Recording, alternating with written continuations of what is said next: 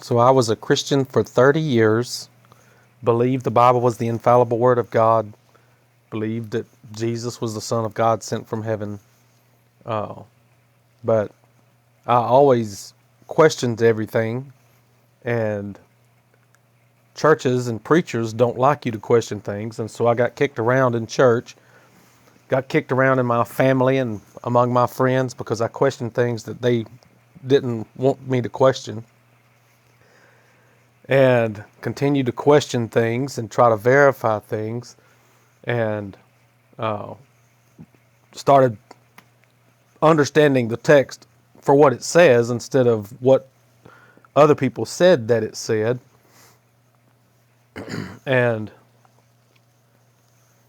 then I became a preterist because Jesus said in Matthew 16:28 that he was going to return before his apostles died. In their generation, he was going to return. So the return of Jesus was a first century event. I questioned everything, but Matthew 16:28 is what I'm talking about right now, where Jesus said, "Assuredly I tell you, there are some standing here who will not taste death until you see the Son of Man coming in his kingdom." So Jesus came and said, "I was sent only to the lost sheep of the house of Israel," and he told them to repent, for the kingdom of heaven was at hand. So Jesus' message was only for first century Israel. It was not for us today. Jesus did not speak to us. He did not have a message for us. And so when I realized that Jesus never had a message for us, I'm saying, why am I supposed to call Jesus my Lord if Jesus said I was only sent to the lost sheep of the house of Israel and that he was the king of the Jews? He was not the king of the whole world. He was the king of the Jews. But yet he said, but yet the Jews executed him, even in the story. And so they didn't accept him as their king. And so that led me to continue to ask questions. I'm like, my goodness, that's awful weird that God sends a king to Israel in the first century, but yet they reject him. And he's supposed to be the greatest man who ever lived, who was executed. And then you're just supposed to believe that he was resurrected, but yet there's no, when you try to track down any evidence to the resurrection, you cannot find it. So there was not even. So you would think that if someone actually performed all the miracles that Jesus is reported to have performed in the first century. So the Bible does say he was seen by over 500 people, but none of those people testified to it. So whoever wrote I think that's in 1 Corinthians 15. So Paul said that he appeared to 500 people and last of all to me.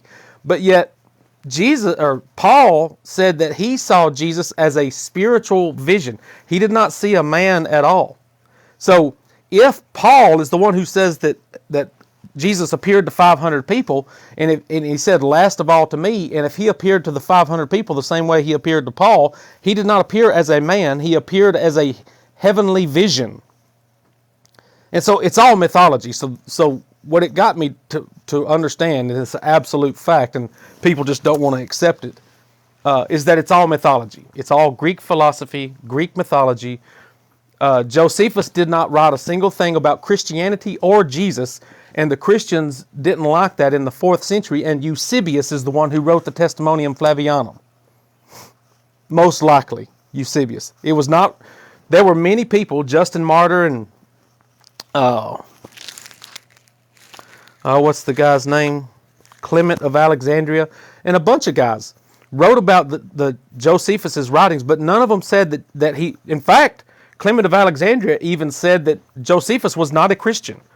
And only a Christian would write what the Testimonium Flavianum, because it said he was a superhuman who worked miracles and resurrected from the dead.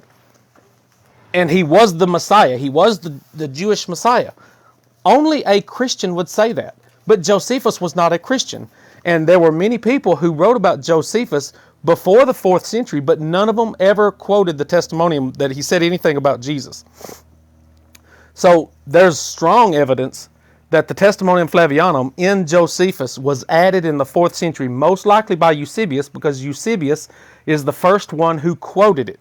He's like, oh my goodness, look, I'm the first one to notice that Josephus talked about Jesus being crucified and resurrected. Isn't that something? After 350 years, Eusebius is the first one to realize that Josephus wrote about Jesus. It is obviously a Christian interpolation. It is obviously written by a Christian at a later time, because Josephus did not write about Jesus, and that was detrimental to the Christian case, and Constantine was making Christianity the state religion. And so we said, we need more evidence. Eusebius, go do whatever you have to do to manufacture evidence to support Christianity, because this is the religion that I want to push on the world. So John 3:16 says, God so loved the world, he tortured his only son to death to pay for the sins of the guilty. But yet the Old Testament in Proverbs 17:15 says, it is an abomination to condemn the innocent and to justify the guilty. It's an abomination to make Jesus pay for the sins of the world. Because if Jesus was innocent, the Old Testament says no one can die for the sins of another.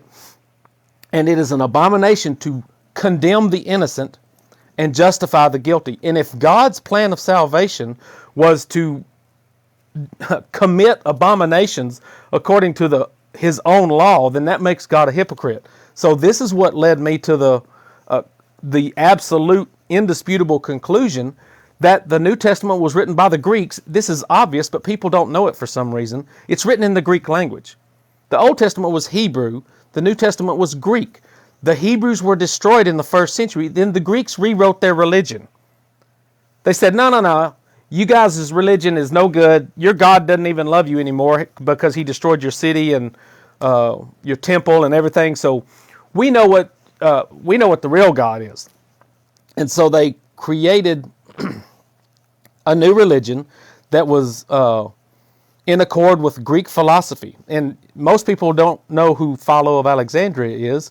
And when you study Philo of Alexandria, he was a Hellenized Jew who was trained purely in Greek education and Greek culture, Greek philosophy. He called Plato the most holy Plato. And so he interpreted the Greek Septuagint from the Platonic Greek philosophical perspective, and this is where Christianity came from. Whenever it would say the angel of the Lord, the Greek idea, and this is the Christian idea too, it's exactly the same. The Greek idea is that there was a mediator between God and man, some kind of special figure who was not God, but he was a special angel. He was the Logos, the Word of God, the mediator between God and man. This is where, but Philo wrote hundreds of thousands of words. He never mentioned Jesus at all, but yet they were supposed to have lived in the exact same time frame. So Philo was a real person who lived in the early first century. He did not even know about Jesus. He was a Jew. He traveled to Jerusalem. He interpreted the entire Old Testament from a Greek perspective. And he was a prominent Jew in the early first century, but yeah, he didn't even know Jesus existed. And Josephus was a prominent Jew in the late first century, and he also did not know Jesus existed. This is why Christians had to add Jesus to Josephus 300 and something years later. So when you find out all these lies, then you've got to say, oh my goodness, I've been believing Greek philosophy and Greek mythology all my life. I was a Christian. I believed this stuff for 30 years. But I'm honest with the evidence.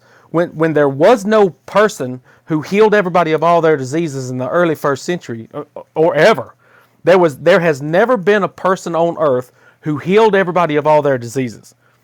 Nobody testifies of this. You can read Josephus. Josephus gives a history of the Jews from the first century Jewish perspective. And he don't talk about anybody healing anybody of all their sicknesses for miles around. He talks about a world that is exactly the same as the world that you and I live in, where people are just fighting for power, and the little man gets trampled on, and the elites get to do whatever they want. And username, the God of the Bible is not real. The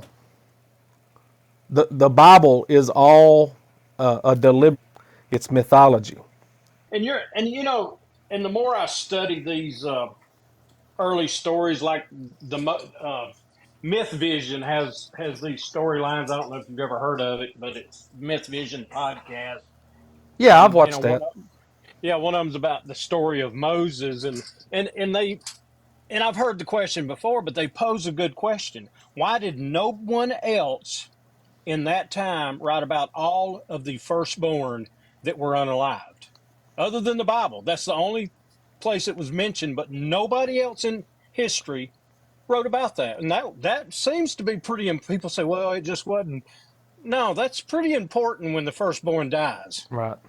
And It, this back when I was a Christian, which really wasn't that long ago, when I would hear the Christian response to these things, it would always not set right with me. I'm like, oh my goodness, dude, that's obviously like you don't care what the truth is. You're just trying to defend your religion and making an excuse.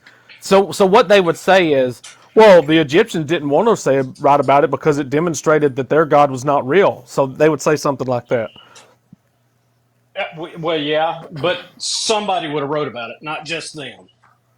I just and then you Well, go back and look at this. the Go ahead. Egyptians would have been the only ones to write about it. So all you could get is Moses' perspective and the Egyptian perspective. And I wouldn't expect to get anybody else's perspective. But then the other thing is you go back and look at all these Greek gods, like you said, back before we even heard anything about Jesus and these storylines, and there's very little difference in the storyline of the God that they wrote Moses after. I mean, it's Right. kind of the same storyline you can watch. I remember used to. I mean, you probably remember as a kid you used to watch these old Greek movies, that where they had these weird looking demigods running around trying to off Yeah. I mean, everybody, and the Clash of I the was like, Titans man, is a classic. they were they were literally telling you these Greek stories that if you go down the line and look at them and look at them in context, you realize, well, hey, the Bible seems to be wrote off that same type of story, Yeah. and most Well, people don't look at that. I'll let a new guy in. Let's see what the new guy's got to say. Go ahead, I'll listen. Just got a quick question, Jeff. So, me and you have talked before, and I'm a Christian, if you remember. But, I just want to ask, like, I've been a Christian all my life, and there's certain areas of, like, the Bible I don't read, because, like, I don't have a Bible with me, and I know, like, your goal is to, like, deconvert someone from Christianity. No, my goal is to uncover the truth. Is what my goal is. Yeah, I was thinking say not deconvert is truth. Yeah. But anyways, I just want to ask, like, someone like me who's been Christian all their life, and that doesn't read the Bible like a whole lot, just supposed to. Like, should I stay a Christian or should I just not stay as a Christian? Well, so let me tell you what is bad about being a Christian. Yeah. So there's nothing bad at all about believing that Jesus existed. A lot of people believe Jesus existed, and there's nothing wrong with that. I believe it's wrong. I don't believe Jesus existed, but it's not hurtful to anybody. What's hurtful to other people is telling other people that unless they believe it, they're going to be tortured for all eternity in hellfire, or else they're going to get snuffed out while they get to live in a glorious utopia in heaven, while other people just get erased from existence or tortured.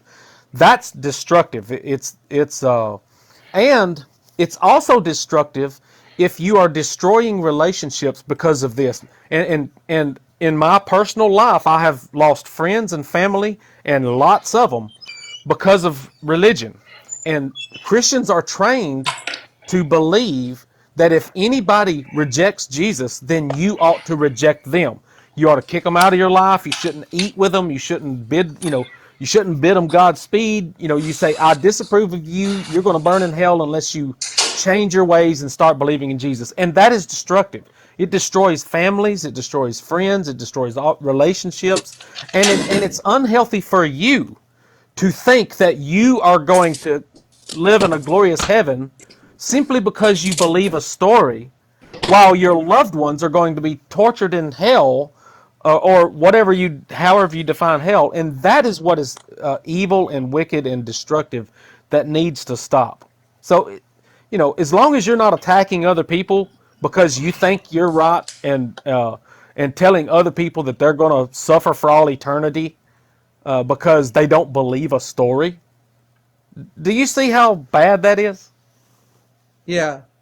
And the main reason why I'm like asking this is because just last night I was on like a different live, and I was talking to like atheists or non-believers, and we were having discussion and whatnot, and they pulled up like a Bible verse where it talks like that God is evil and whatnot, and that there's certain stuff they had laws, and from my knowledge being a Christian, like I never knew that. Well, so everybody wants to talk like so. The God of the Bible, absolutely says, "I created everything." He says, "Even the evil for the day of destruction." So that's in the Old Testament. I created even the evil people so that I can destroy them. And in the New Testament, in Romans chapter 9, Paul says that God from the same lump will make one vessel for honor and one vessel for dishonor.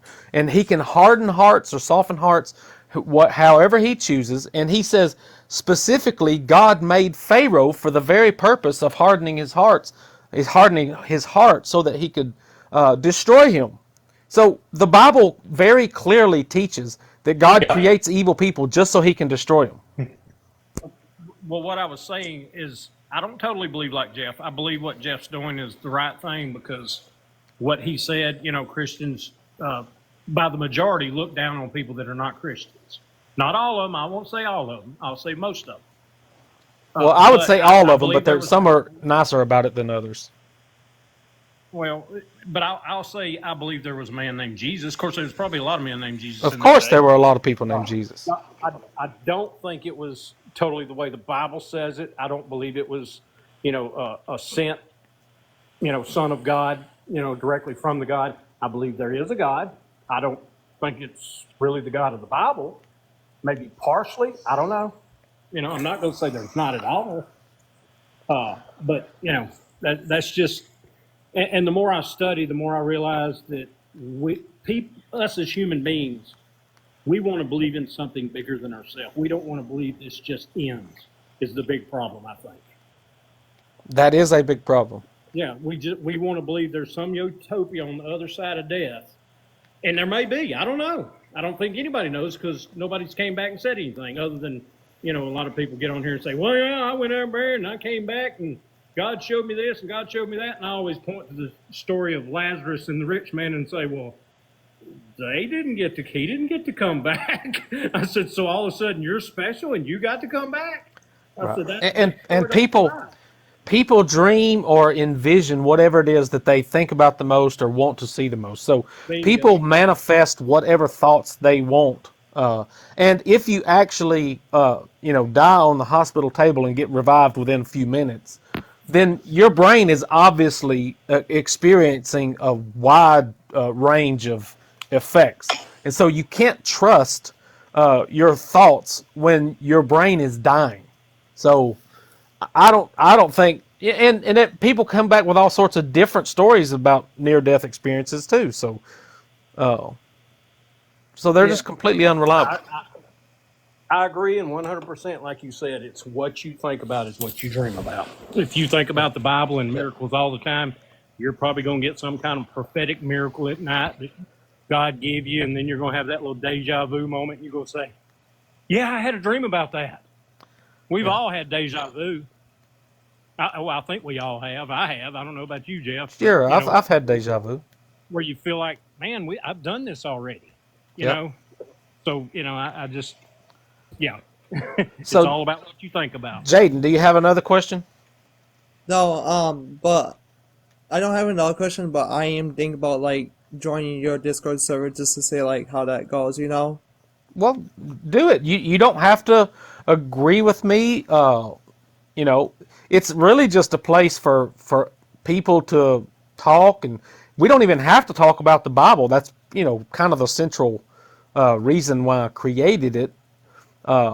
And in the past, I was still searching for answers. I still search for answers sometimes, but I believe the answers that I've got now are stronger than any of the answers that I've ever had before. Yeah. But so So basically, like, it's not, you're not necessarily trying to like deconvert someone. It's more like up to them, right? well, it's always up to other people, but there are very few people in the world that are saying what I'm saying, and so I believe my voice needs to be heard because I didn't make any of this up. I actually studied, and I was a Christian, and I believe the Bible, and I studied the evidence to see if it was true, and I was like, oh my goodness, there is dishonesty everywhere. Uh, and and I see where Christianity came from. It came from the Greeks. It did not come from the Hebrews. In fact, this is so obvious. I can't believe people even deny it. Oh, Well, well, Jeff, let me stop you there because I think what it is most people, most Christian, I think there's a lot more Christians that question what they're doing than there are not, but they're afraid to open their mouth because first off, they're afraid to go to hell. They're like, oh, well, I don't want to go to hell because I'm, discrediting what the Bible says. And I think that's one of the big issues. But then they don't want their friends looking at them like your friends looked, or your ex-friends looked at you. Like, you're crazy, dude. Like, I went out, walked out of that church, 3 years ago, and those people acted like I lost my mind just because I said what I thought. right. I don't dislike any of them, because of what I thought or what they thought. I just dislike, like you said, you pushing your ideas on me and saying, well, you're going to burn if you don't do what I do. Right. And see, I've never done well with people telling me what I need to do. I'm a leader. I make up my own mind. I live my life by my design and my choices. And when somebody tells me I have to believe something, I'm like, I'll believe it if I decide to believe it. And so show me the evidence, and then I'll believe. Now, for 30 years, I was a Christian. I went to church all the time. I studied the Bible. I prayed to God in the name of Jesus. I did all the Christian things. And I tried to fix Christianity first. I was like, man, there are things wrong with Christianity. They're not teaching what the Bible teaches. That my denomination, which was Church of Christ, they taught a lot about obeying not the old law, because they were not Torah keepers. It was obeying the new law about baptism and taking the Lord's Supper and things like that, the New Testament sacraments, saying that you had to do those things to be saved, and anyone who didn't do it their way was lost. Like all the Baptists, all the Catholics, all the Methodists, all the Presbyterians, all the non-denominational people, if they didn't go to Church of Christ. I'm like, guys, where's the love in this religion? Like, I always thought that love, if God existed, he should demonstrate love. And my church was demonstrating judgment and condemnation, which is what most Christians do. Most Christians of all denominations. That sounds like the Assembly of God, the same thing, because it was always everybody else's church. Like, I don't know how many times I stood at the front doors of that church and listened to him say, yeah, those people going by out there, they don't have the truth. They don't have the truth. You can go down to this church down here, they don't have the truth. I'm like, wait a minute. Y'all all are believing in the same God, and you're talking about those people like they don't? Really? And it just didn't make sense to me. It seemed like you said, like there's no love. Like you forgot the one thing that you really should take out of the Bible, love. Yeah. Well, that's all I wanted to ask, but I'm gonna be a head off, okay? All right, well, Jaden, you reminded me to just invite everybody to my Discord channel. If you don't like it, you can leave. It's a free, open invitation to all people. All you got to do is click the link in my bio, and go, because that takes you to a link tree. I've written 2 books. I got YouTube channels. So there's a bunch of stuff that you can click on. But the Discord channel, it's just an invitation. Click on it. If you already have Discord, you'll instantly be in the room. If you don't have Discord, you have to create a profile. Yeah. And it's important that people know this. It does not reveal your phone number or email address to anybody. You create your own profile name, and so it doesn't expose your personal information to anybody. Yeah, that's what I like about Discord. It's safe, you Right. know. Well, anyways, have a good night, and Thanks for it was stopping nice in. talking to you. Thank you, Jaden. Holly, you made it. Hello. How are you? I'm good. Good. So I hopped out of the shower and I was listening, and I had to call in because I also was raised Church of Christ. My father disowned me many years ago from the Church of Christ because he is Church of Christ, and because from the time that I could ask questions, he couldn't answer them, and he would get very upset with me, and he would say, that's just the way it is, Holly, and I was just supposed to accept that, which I was just never able to do that. So I think that it never took with me, like the indoctrination never took with me, because I ran away at 15. I was watching these adults telling me all of these things that I was supposed to be doing. However, they weren't leading by example, and all it really made me do was disrespect them. You know what I mean? And Yeah. How old so are you now? I am 52. Oh, wow. So Yeah. that was a long time ago.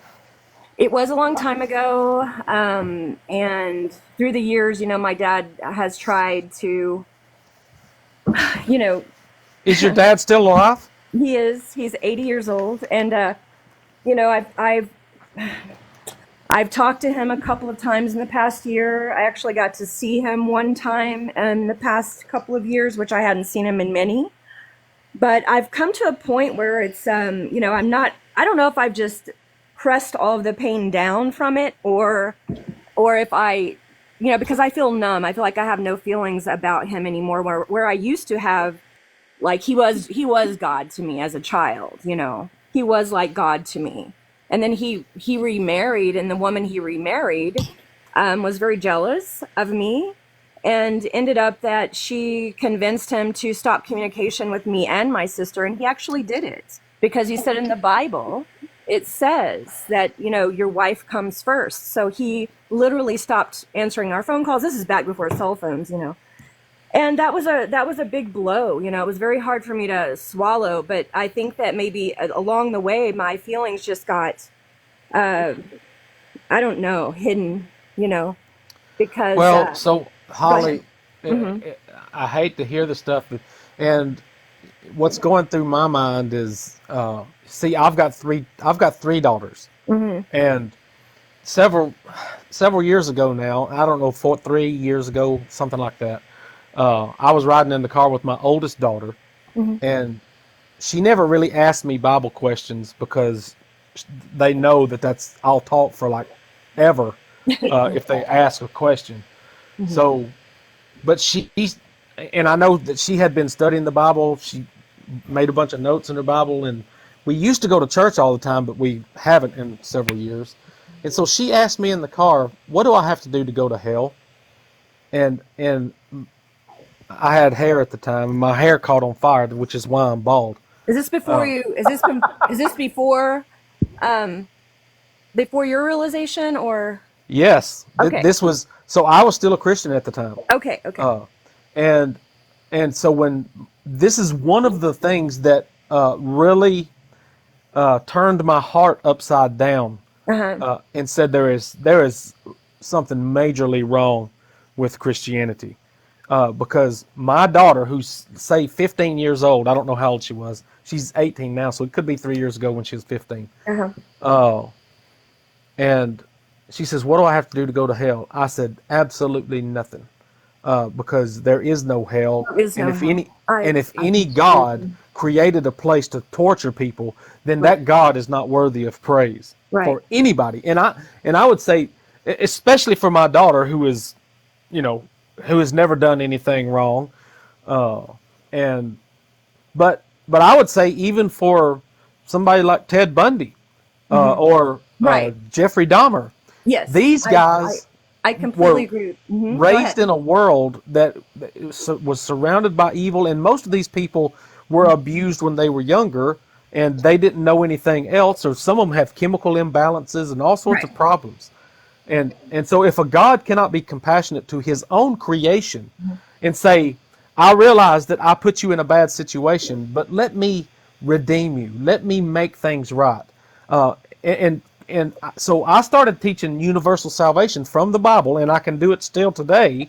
That the Bible teaches that Jesus paid for everybody's sins, that sin does not exist anymore, that we've Right. all been reconciled back to God through Jesus. And I taught that for a little while, a few years or almost a year or something. I wrote a book about it.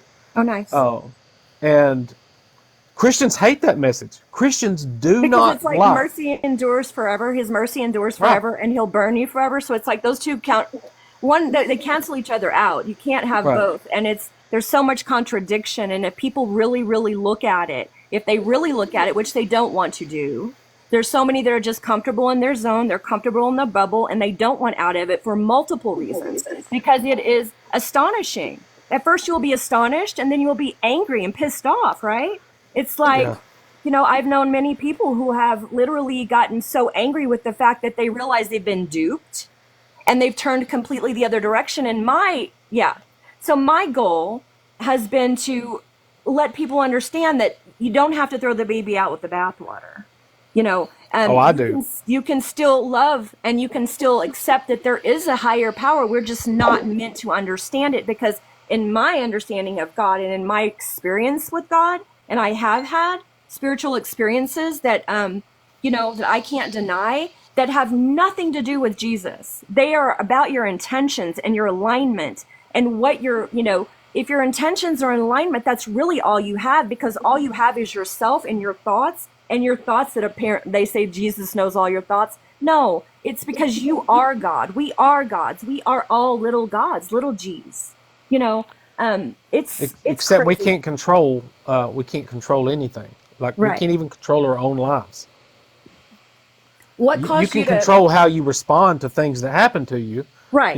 You can be positive when your child dies of cancer, and you can make up all sorts of stories about why it's good that your child died of cancer, but you're just brainwashing yourself. Trying That's to make yourself feel better. right. So is that And, what happened? I mean, what caused you to, you know, what caused this change in you? searching for the truth, asking Mhm. questions, digging deep, and I gave you one example of my daughter saying what would have to do to go to hell, and that made me furious, to the point where I would say, if God wanted to throw you in hell, I would destroy God. I would unalive him, because there is no way that any God would ever put my child in hell. Right. And if we as humans, we as mere humans, can have enough compassion to say, there's no one, no matter what they've done, because, that deserves to burn in a personalized torture chamber for eternity, no matter what they've done, because, like you said, there are circumstances that have led to their sickness or their mental inabilities, that have caused that. And if God is God, the all omniscient, omnipotent, all knowing, all seeing, all everywhere at all times. If that is true, then God knows your heart, God knows your intentions, and God knows why these people are the way they are. And no Well, one comes here that way. and the Bible says that God creates all people, that He is the potter and we are the clay. He Right. molds us and He forms us. The Old Testament says, before you were in your mother's womb, I formed you and I molded you and I numbered all your days Right. as though they had already happened. So the Bible says that God creates everybody, every single person, not just some, every single one, every single thing that has ever been created or that exists. The Bible says God, the all omni God, created everything. And so what drives me crazy is all these Christians say, "Oh, God's not responsible for the evil in the world." Like, well, the Bible says He is. Yeah. He takes credit for it in the Bible. Oh, So yeah. what God are you worshiping? Because you're not worshiping the God of the Bible. The Bible says, "I created all things, And I'm ashamed that including I evil." created you, and I wish I hadn't created you. You know, um, Right. and it's like, do we need Jesus to save us from God? Like, um, Well, Jesus couldn't save Himself from God. right. This is what I'm saying. But this is the story. This is what we're supposed to do. Jesus saves. Jesus saves. We're supposed to. It, yeah, It's wild. It's wild. And There's a lot. Yeah, a God that tells us not to sacrifice. I mean, like, you go to a God that says don't sacrifice your children, but then he does the same thing. That's Right. confusing to me. Very Yeah. confusing. yeah, Over Proverbs and over and over. 17:15. Proverbs 17:15 says, "Both he who condemns the innocent and he who justifies the guilty, both of them are alike. They are both an abomination." So, and it says no one can die for the sins of another in the Old Testament. It says there are 7 things that the Lord hates, or 7 abominations, and one of those things is hands that shed innocent blood. So if God shed the innocent blood of his son, that's like, in order to pay for the sins of the guilty, that's 3 abominations. That's strike 3. Yeah. Shedding innocent blood, sacrificing your son, and paying for the guilty with the innocent, that's 3 abominations. Yeah. This is So obviously, the New Testament was written by different people. The New Testament is not the fulfillment of the Old Testament. The New Testament just changed the Old Testament. They built off the Old Testament. They pulled what they wanted. They cut what they didn't like. And they said, and they created a mythical demigod in order to create their religion. And it's so obvious to me now that I've gone through all the study that I've done. It's so obvious that this is what happened, and it kills me that people can't see it. Yeah, and I think that, okay, so whether Jesus existed or not is really none of my business. That's the way I look at it. I mean, whether he did or not, I don't know, and it's really, how could I know? How could any of us know? Like, I don't need to be right. I think that there are so many people that are just, they're programmed 100%, This is why I wanted to speak to Jaden. He was, one of the questions he asked earlier was, I don't, know if people really look at it in the sense that we are programmed completely from, an infant. Like if I told you that, well, I know you can't see me, but if I told you this, that I'm pointing to black is orange, and that's what you were told your entire life, and then all of a sudden someone comes and tells you, no, that's black, you're going to fight them. You're going to fight them. A lot of people aren't capable of seeing past what they've been told. Are you still angry? Like, are you still angry at finding all this? My anger is fading away, but I absolutely was angry for Yeah. at least a few weeks or months, maybe. I was angry at myself for believing lies. I was angry at people who taught me the lies. I'm angry at scholars right now, because scholars saying it's that there's universal consensus, not universal, but there is a consensus among scholars that Jesus was a historical person. And I've listened to many of those scholars answer the question, why do you think Jesus was a historical person? And almost all of them say, well, there's just no way they could have made all this stuff up. It had to be based on something.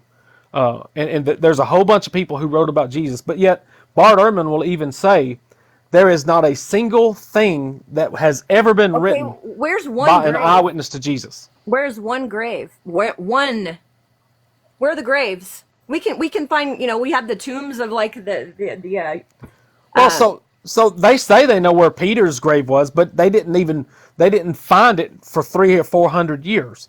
So that's a big problem. If in the 4th century, when Christianity became the Roman state religion, then this is when all of a sudden they start building monuments and things for their religion, that they were not an eyewitness to anything. Right. Well, it's, in reality, we all, I think, well, those of us who have read between the lines, without fear, because it's all fear-based, every bit of it. We're supposed to fear God. We're supposed to fear the devil. It's all fear, fear, fear to keep us in our place, to control the masses. That's the end of the story. Now, whether there is relevance in the Bible, I believe that there is. I believe that we can still take the Bible and read it and reread it, reinterpret it. They have interpreted these things to serve their mission, to serve their, to suit their mission, which is to keep control of the people. So let me give you an example. So I don't think that it's good to read the Bible. I don't think it's good to seek for wisdom or truth or understanding from the Bible, because there are so much evil, deliberate evil in the Bible, that to find. So, you could say, do unto others as you would have them do unto you. That's a good thing. But Right. you don't have to have the Bible to know that. You can know that outside of the Bible. And to love your neighbor. You don't have to have the Bible to know to love your neighbor. But let me give you an example.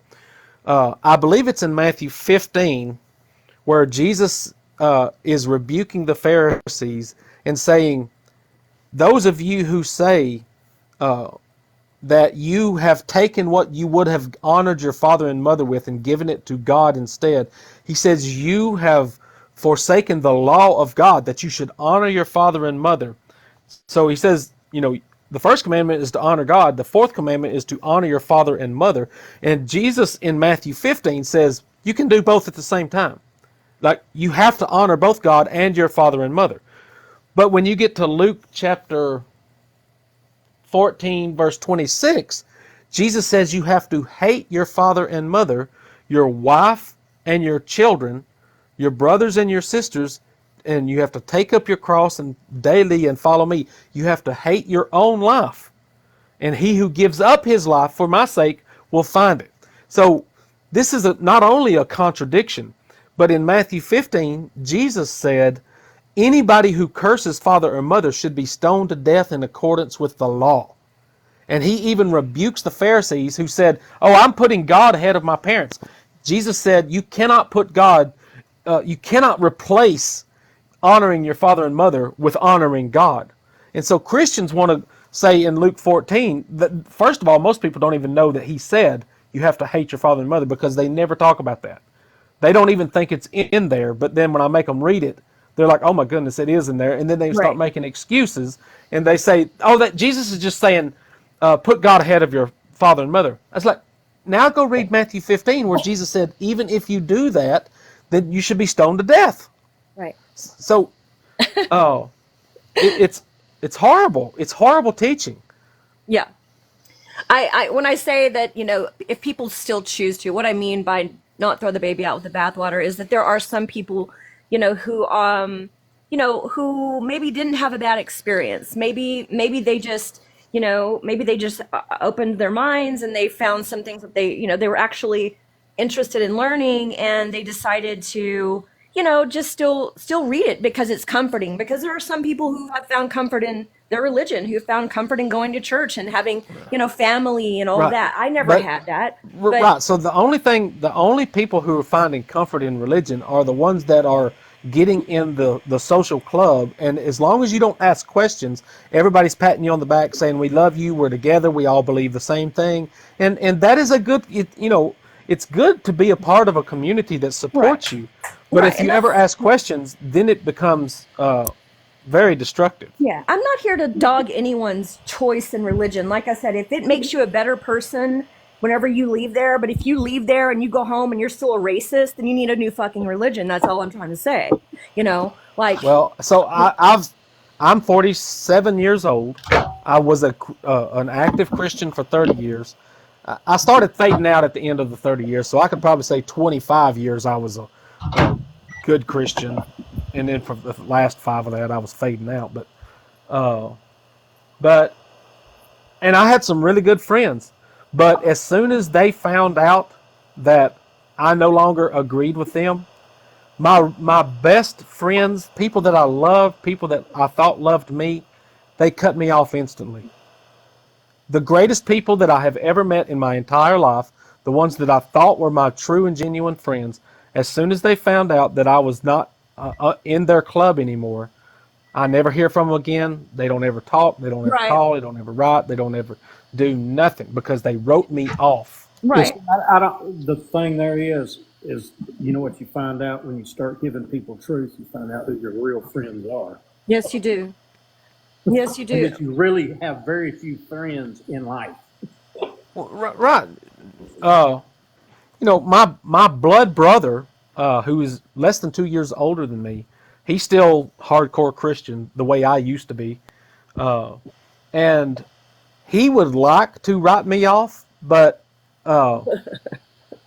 he just can't find, he can't get the nerve to do it. Yeah, I feel you. I feel that. He has told me, don't ever talk to my kids about religion. Don't even talk to me about it because you've lost your mind. Yeah. Well, Mhm. see, the thing is, I came from drinking and drugs and all that, and I have people that I used to be friends. Well, I'm still friends with that when I was in that and buying and selling drugs with. They're still my friends. We don't do the same things we used to, but they are still they. If I call these guys now and say, "Hey, I need you at my house right now," they wouldn't ask a question. They'd get in their cars and they'd drive, 40 miles to come up here. And Wait, who are you talking about? a lot of my friends that I used before I started going to church, You mean your old drinking buddies? yeah, my old drinking buddies, Okay, drugs and drinking. I mean, and these are people in kind of the rougher part of town, and most right. of them are black And so, people.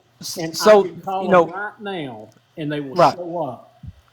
That demonstrates, and I think that would be universally true, really, because people that are not bound up in religion are more human, and religion divides people. Religion causes Absolutely. problems. So, is that you, Josh?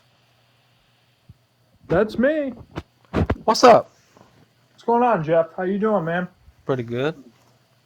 So we haven't talked in a while, but Yeah, I've been lighting up your videos in the comments, though. I'm gonna head out. Thank you. Thank you. Thanks for stopping in, Holly. All right. so I would agree with you in the sense that Jesus is a Greek god. All right, in the sense that all Christianity goes back to paganism. Yeah, how? So Well, I can kick you, Holly. I'll kick you. There you go. I should have let you figure it out, I guess. So yeah, Jeff, I can agree with you in the fact that Jesus goes back to all these different mythologies. Now, also Christianity is nothing new; it goes back to Egypt. So I mean, it's all tied together. Have you read Ralph Ellis at all?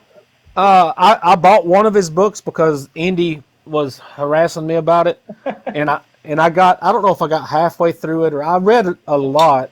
I didn't make it all the way through, and for some reason it disappeared from my Kindle library. I don't know why it disappeared. I paid for it with real money. Yeah. But Ralph just makes a lot of claims and doesn't support it. He just says, well, this guy's Jesus, that guy's Jesus, this guy's Jesus, and it's like 10 different people. I'm like, Ralph, dude, like, try to prove your point. Don't just make a claim and expect people to believe it. So one thing I would say is that I never really got into his books about Jesus, King of Edessa. I'm talking about Egypt, how the patriarchs and everything goes back to Egypt. Like Akhenaten was Moses, and Well, so the book that I bought was one about Cleopatra. So he was trying to prove that Jesus was the great grandson of Cleopatra or something like that. yep. Which eventually led to him being the king of Edessa in a different book. that. So the Talmud says that there were 7 Jesuses in that day, but basically what I would say is that like I've aligned myself more along with the thinking of the Cathars, all right, and basically they have 5 tenets. They basically say that God is all good. This world is made of duality, light and darkness. That you are immaculate, you are part of source or divine deity, and the Holy Spirit is a female. Okay? Now, this is interesting because these were the guys that were killed by the Roman Catholic Church during the 12th to 14th century for being called heretical. So, one thing they say is that their source goes back to the original Christianity of first century. Now, this is funny because, like, I don't align myself with the idea of a Christian as in the sense of modern day. All right, but I would say that the Bible, as it is, we can clearly see that it's Roman documentation. We can clearly see that a lot of the stuff in there, it's propagandized to suit the Roman Catholic Church and Protestantism, this little whore. And we can see these things. So I'm not denying that at all. I'm not denying that fact at all, Jeff. So how can, if you realize that the New Testament is Greek and Roman propaganda, how can you try to pull anything useful out of it? Well, there's useful things in there, like the idea of duality. All right, the idea that the God of this world exists within light and darkness. Jesus, but I would say even that's wrong. Well, you'd have to But be blind not to look in this world and see that it's made I, up of I war see and this love. world is ruled by evil. It's run by evil and corruption, and there is no good God who is even balancing it out. It is completely consumed by evil.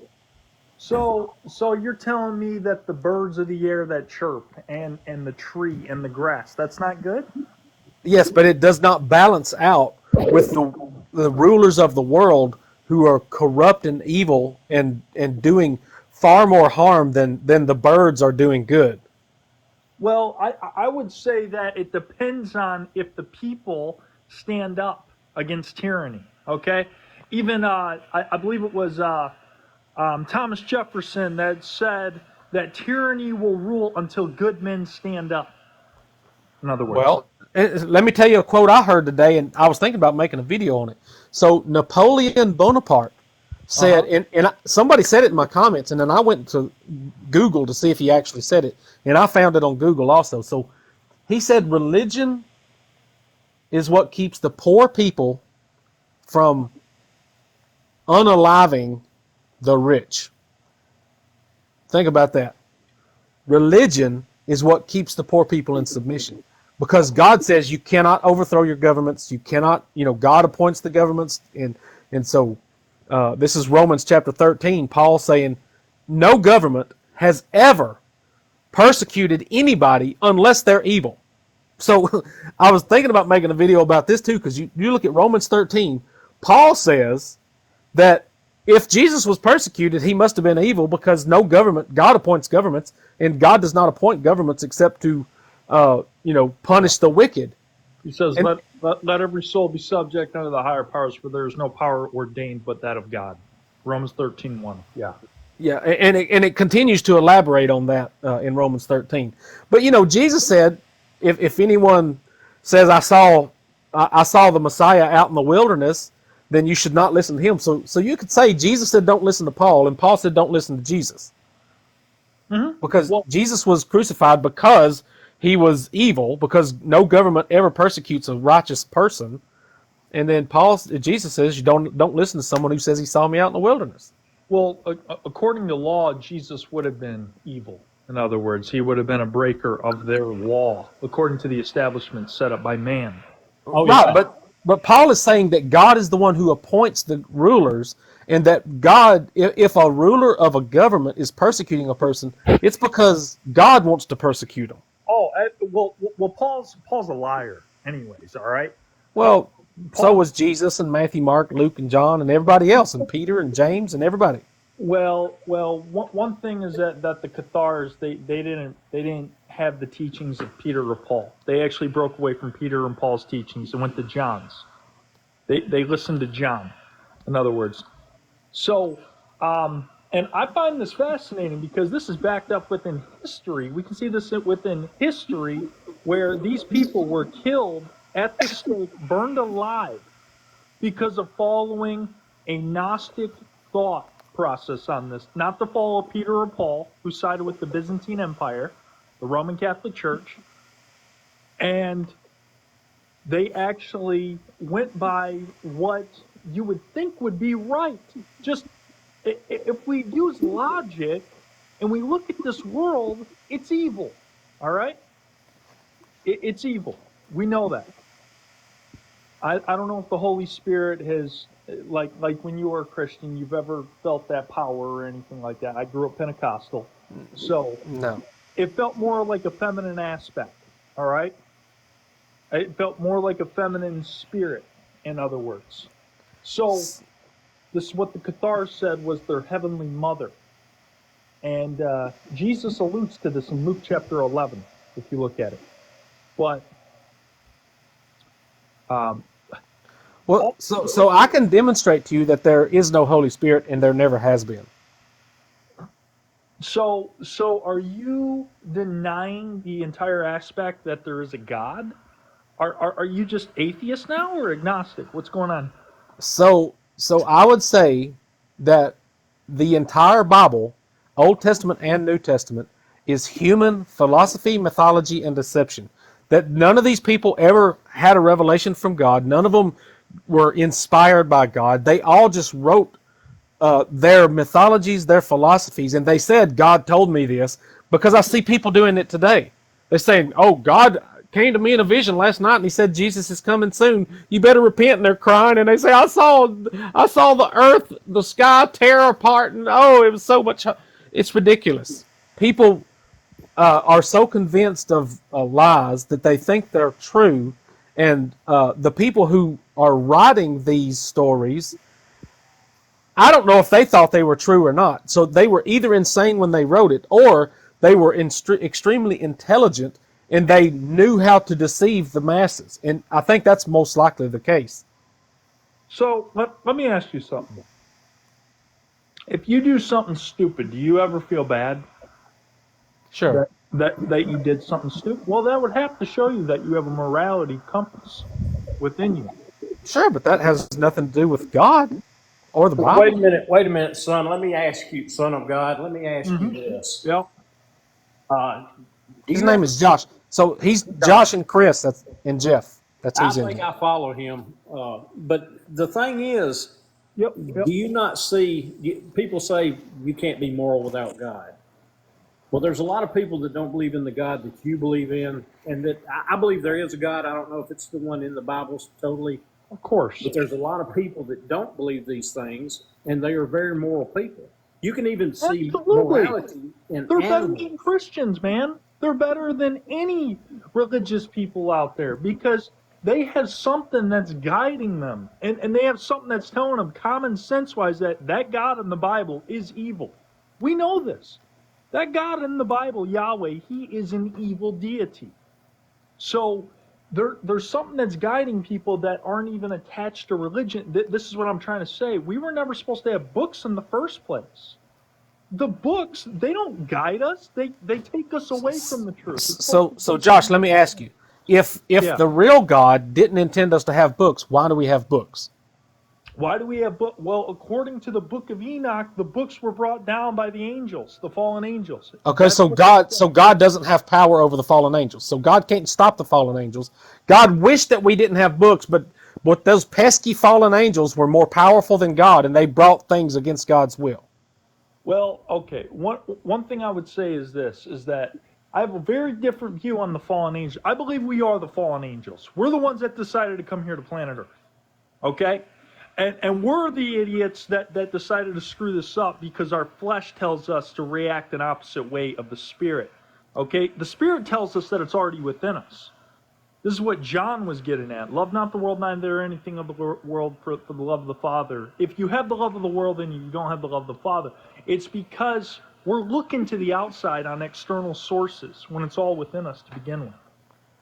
So it still leads us to the same question. If we are the ones who caused all this evil in the world, where was God? Does God just get away scot-free? And he's like, no, God is perfect. God only does good things. But yet God created this world, and this world is evil. But it's all our fault. Where is God? Why can God not rule the world with the good that he's supposed to be? Let me explain. All right? So, over us as the fallen angels, we decided to follow Yahweh. All right? This God of the Old Testament that rolls himself up as the Most High. We have decided to follow him for the longest time, but now his reign is over and people are starting to realize that this God is evil.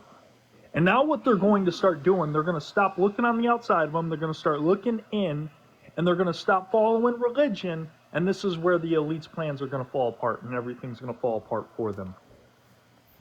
So the only hope that humanity has in the future is to stop waiting for God to do something, and we need to do it. That quote that I brought up from Napoleon Bonaparte says, "Religion is the reason that the poor do not overthrow the rich and wealthy and powerful." That is an absolutely true statement. Whenever the poor people, the majority, the 90% of people in the entire world get tired of the rich ruling the world with evil, then we can actually fix this world by 90% of the world overthrowing the 10%. And God is not going to do it. It's going to take humans to do it, and we've got to. But religion is standing in the way, because religion says God's going to do it. Y'all just be patient. Y'all just wait. Jeff, Be submissive and humble and obedient to your governments that God appoints. The problem is people that are commenting in your thing. Like, for instance, I'll give you an example. This guy says, how was he a Greek demigod? He wasn't even born into Greek heritage. Yes, he was. Jesus was a part of Greek heritage. If you go back to Matthew 1, there were 4 Canaanite women that were born into his lineage, that were a part of his lineage. Well, that's not even what it's about. What I'm trying to say is this: people are destroyed for the lack of knowledge. They automatically just go to their pastor. They don't go to something to look these things up. So it blows my mind. But here's the truth, Jeff. We're looking on the outside, and this is why we have the problems we do. Our moral compass tells us what to do, because it's not just our moral compass, it's God within us. Because you're a part of Source. Well, so if you're saying that God will not do anything unless we are the ones that actually do it, then I would say we're at least close to the same page.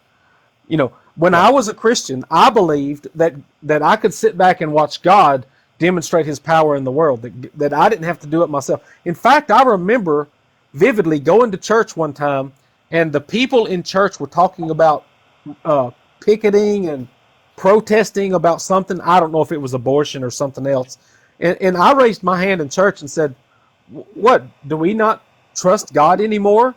Can we not just let God take care of these things? Do you think Jesus would have picketed in the streets and said, we've got to change the government? Like, no, Jesus would just pray to God and let God do it. Yeah, but so you fell into the whole idea, though.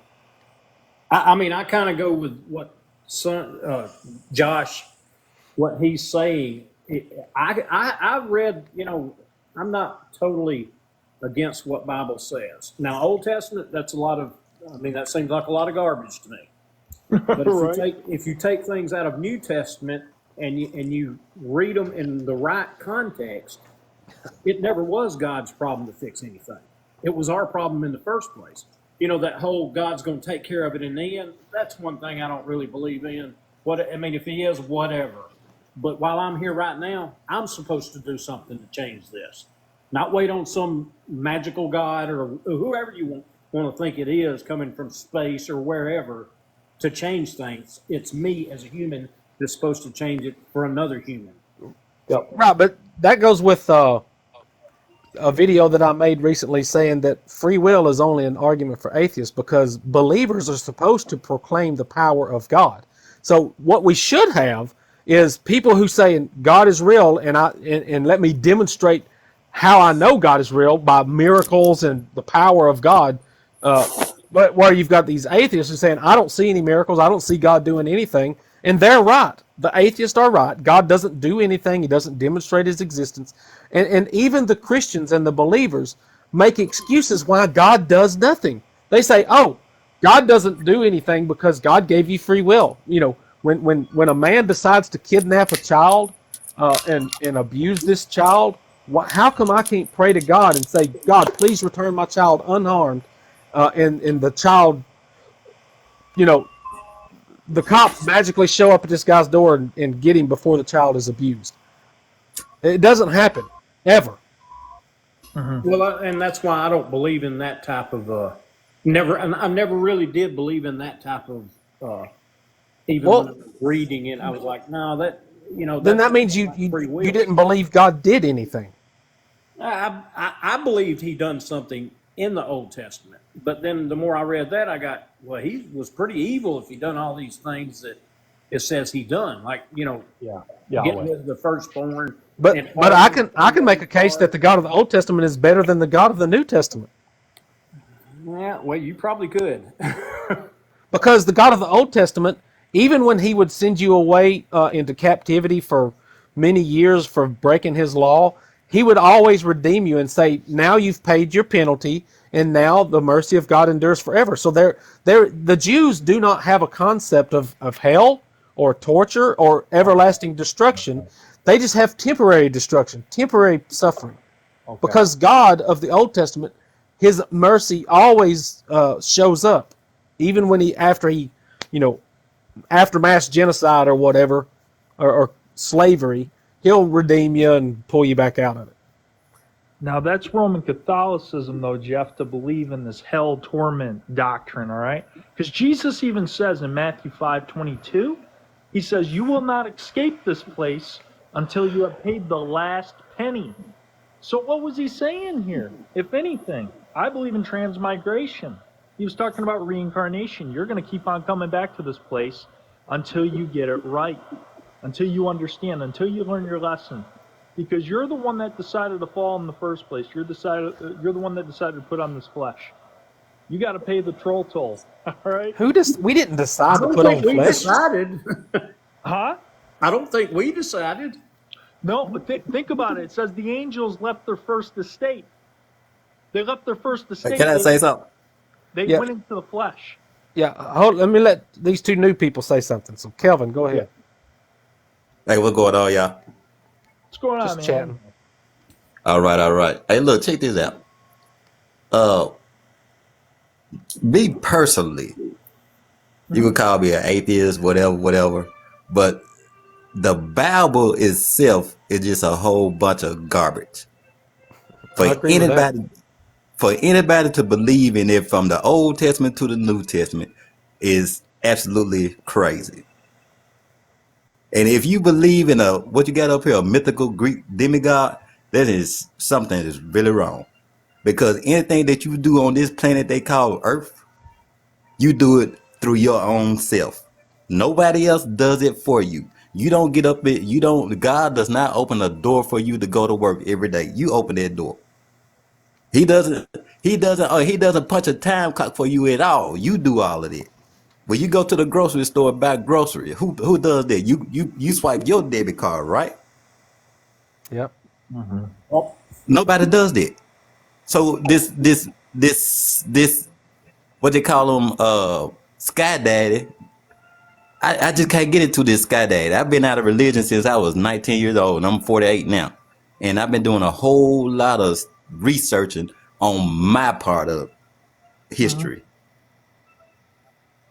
Okay. Yeah. Do you believe in anything at all? I believe there's a higher power that's higher than me, but I don't believe I don't believe in the Bible. Okay, all right. So you're an agnostic, and I think you're actually closer to the truth than a Bible thumper, honestly. So let's put it this way, man. You had a group called the Cathars, and they were killed by the Roman Catholic Church between the 12th and 14th century. Their teachings went back to 1st century, and it's basically everything that common sense would tell us in this world, pretty much. That this world, I mean, I know Jeff thinks that evil outbalances the good, but I By believe far. this is because we have to do something. Sure, I believe Jesus. I believe God and the devil is the same. Shit. Yeah. Yeah.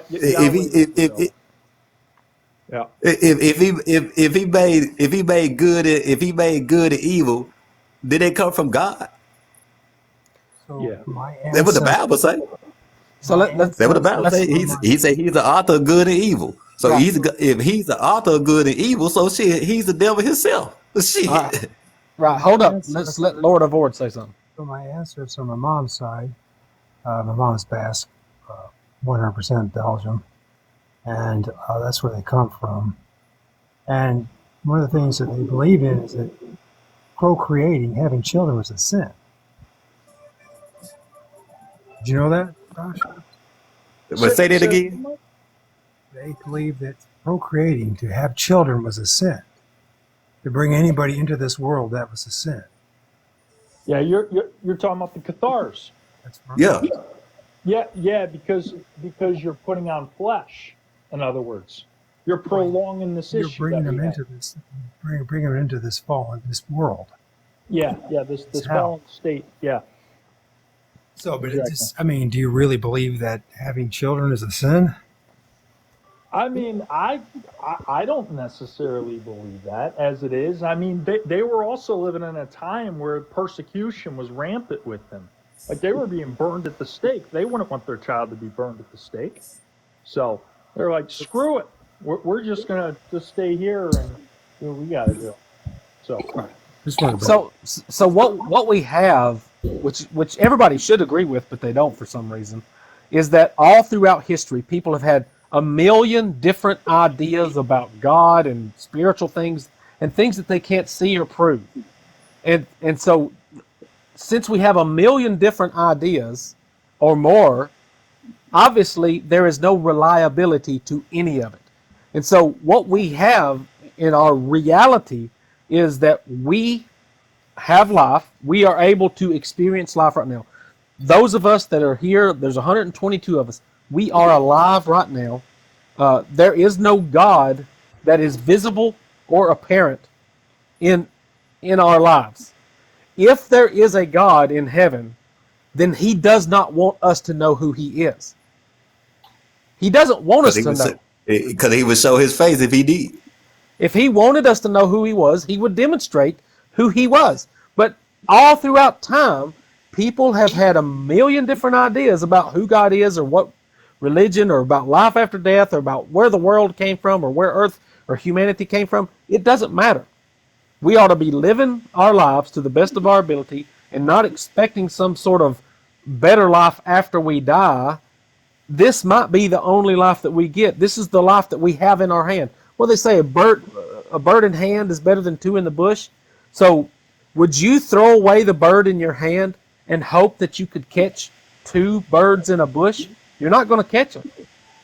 So this is what religion does. Religion says, throw the bird out of your hand because there's two in a bush that you could, hopefully you can sneak up on them and catch them. You're not going to catch those birds in the bush. It's right. Well, honestly, dude, I think if the religious people of this world spent more of the money that they spend on religion, buildings, and stuff like that to help people in need, this would be a better place. Yeah, I think the Christian organization is the richest organization in all of the earth. I think they're the biggest scam. Yep. So the word Christian is a tax bracket code that goes back to Tiberius Caesar. That was the foundation for the 501c3 church. So it's all a lie. See, I'm from down south, and it's most definitely is big down here. And go ahead. Listen, the thing is like I said, Jeff, I see some of the teachings of Jesus and I follow them, because when he tells me that love your neighbor and love the Lord your God with all your heart, soul, mind, and strength, I don't see a problem with that. All right. Do you see a problem when he said you have to hate your father and mother? Well, that was in Matthew chapter 24, first off, and that's talking. No, about that's Luke prophecy. 14. That's also Matthew 24. No, Matthew 24 is the Olivet Discourse. He didn't say that in the Olivet Discourse. The problem here, too, and that is to love God with all our heart, mind, and strength. Please define that clearly. And you're not going to be able to do it, Josh. No one else is going to be able to do it either. You have no idea what you just said there. None of us do. We do not know what it means to love God with all your heart, might, mind, and strength. Well, so even Jesus' explanation of that is that you have to hate your own life. You have to forsake everything in your life, including your father and mother. So Jesus' interpretation of how to love God with all your heart, soul, mind, and strength is that you have to get rid of your wife, your children, your father and your mother. You have to get rid of your house, your cell phone, your job, and you have to be homeless, and you have to go around doing nothing but preaching Jesus on the streets and living under bridges, because you have to hate your life and give up everything. Well, have you seen a homeless person come up yet? Well, bringing that up, you talking about getting rid of stuff. That's what I always tried to tell the Pentecostals when I walked away or when I got pushed out, is that, wait a minute, y'all believe all these gifts are for us, but and y'all think all this stuff is for you, but where's the part where you sell all your stuff and help everybody else? You're not, well, that's not for us. I was like, what? Right. Really? So that was just for them. You get all the gifts, but you don't give up nothing. Don't make sense to me. Right. It's obviously dishonest, and all these religions are dishonest. This is why there's 45,000 denominations of Christianity, because they pick different parts they like and different parts they don't like, and they ignore what they don't like, and they judge people who come to different conclusions. If there was a Holy Spirit, if Jesus was true, Jesus said, when I leave, I'm going to leave you the Holy Spirit, and he will guide you into all truth. And he says, this is how they will know that God sent me, is that when you are unified, when you all are unified, I think this is John 14, then you will become one with me the way that I am one with the Father in heaven, simply by your unity and your love, and this is how you're going to know who is the true God. Well, Christianity does not demonstrate unity or love. So there is no Holy Spirit. There never has been in Christianity. It does, Jeff, but it doesn't. But Jesus never called you to be a Christian. This is the problem here. And we're taking... It doesn't matter what you call it. Well, Jesus said, so who in the world today, or who in the world in the first century, anytime between the first century and today, what group of people have demonstrated perfect love and understanding and unity? The Cathars did, Jeff. They were killed by the Roman Catholic Church. They were burned at the stake, all because they loved, they had pureness, and they wanted to live their life right. They were killed at the stake. And the Roman Catholic Church was threatened by it. So why would it be that a little group... So why would God let his perfect people be executed and exterminated? Well, because they already believed that Jesus' kingdom wasn't of this world to begin with. They already believed that the devil was the god of this world. Well, wait a minute, Josh. A lot of people give up their lives for their religion now. I mean, we had people flying to buildings. I'm not saying they don't, but I just want you to think about this. A little sect called the Cathars was a threat to the entire Roman Catholic Church that went from the east to the west. Why were they a threat to the Roman Catholic Church? Because they didn't want to take on the Jesus mentality. Yeah, but you could say that same thing about the thousands of other religions and cults out there that the Roman Catholics wiped out and exterminated. What so other your groups? argument is weak. What other groups, Mike? Because the Albigensian Crusades was against the Cathars. All right. What other groups? So you're just connecting those. So Josh, listen. It's always been the Gnostics that were wiped out. It's always been the Gnostics, the Cathars, the Docetists. It was the Gnostics that were always killed. What about the millions and millions and millions of people in North America, South America, and in Asia and Africa that they didn't go along with what the papacy said and what the Christians wanted? What happened to them? But what is the first thing to go after? They went after the priests and the leadership of all those different groups of people and wiped them out. It's not an exaggeration.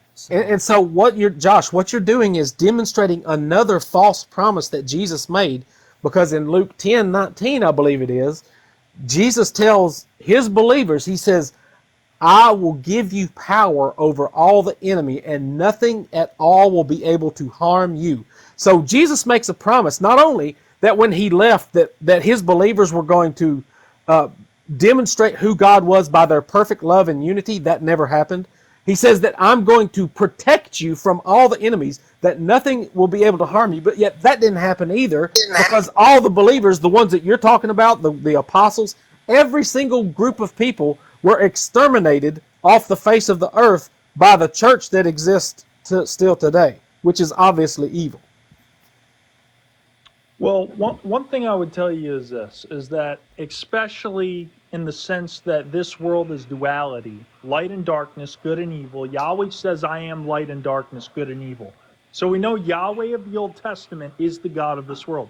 Jesus said, I am not the king of this world. My kingdom isn't of this world. So why do you think that God, in his omnipotency and the power that he has, if this is the devil's kingdom, that if he didn't protect Jesus through it, why would he protect you or I? So I'm not going to praise any God that can't protect his people. Why would you praise a God who just lets us suffer and die and doesn't do anything to protect us or demonstrate his existence? Well, first off, he demonstrated his existence through the red letters of Jesus. Oh my goodness.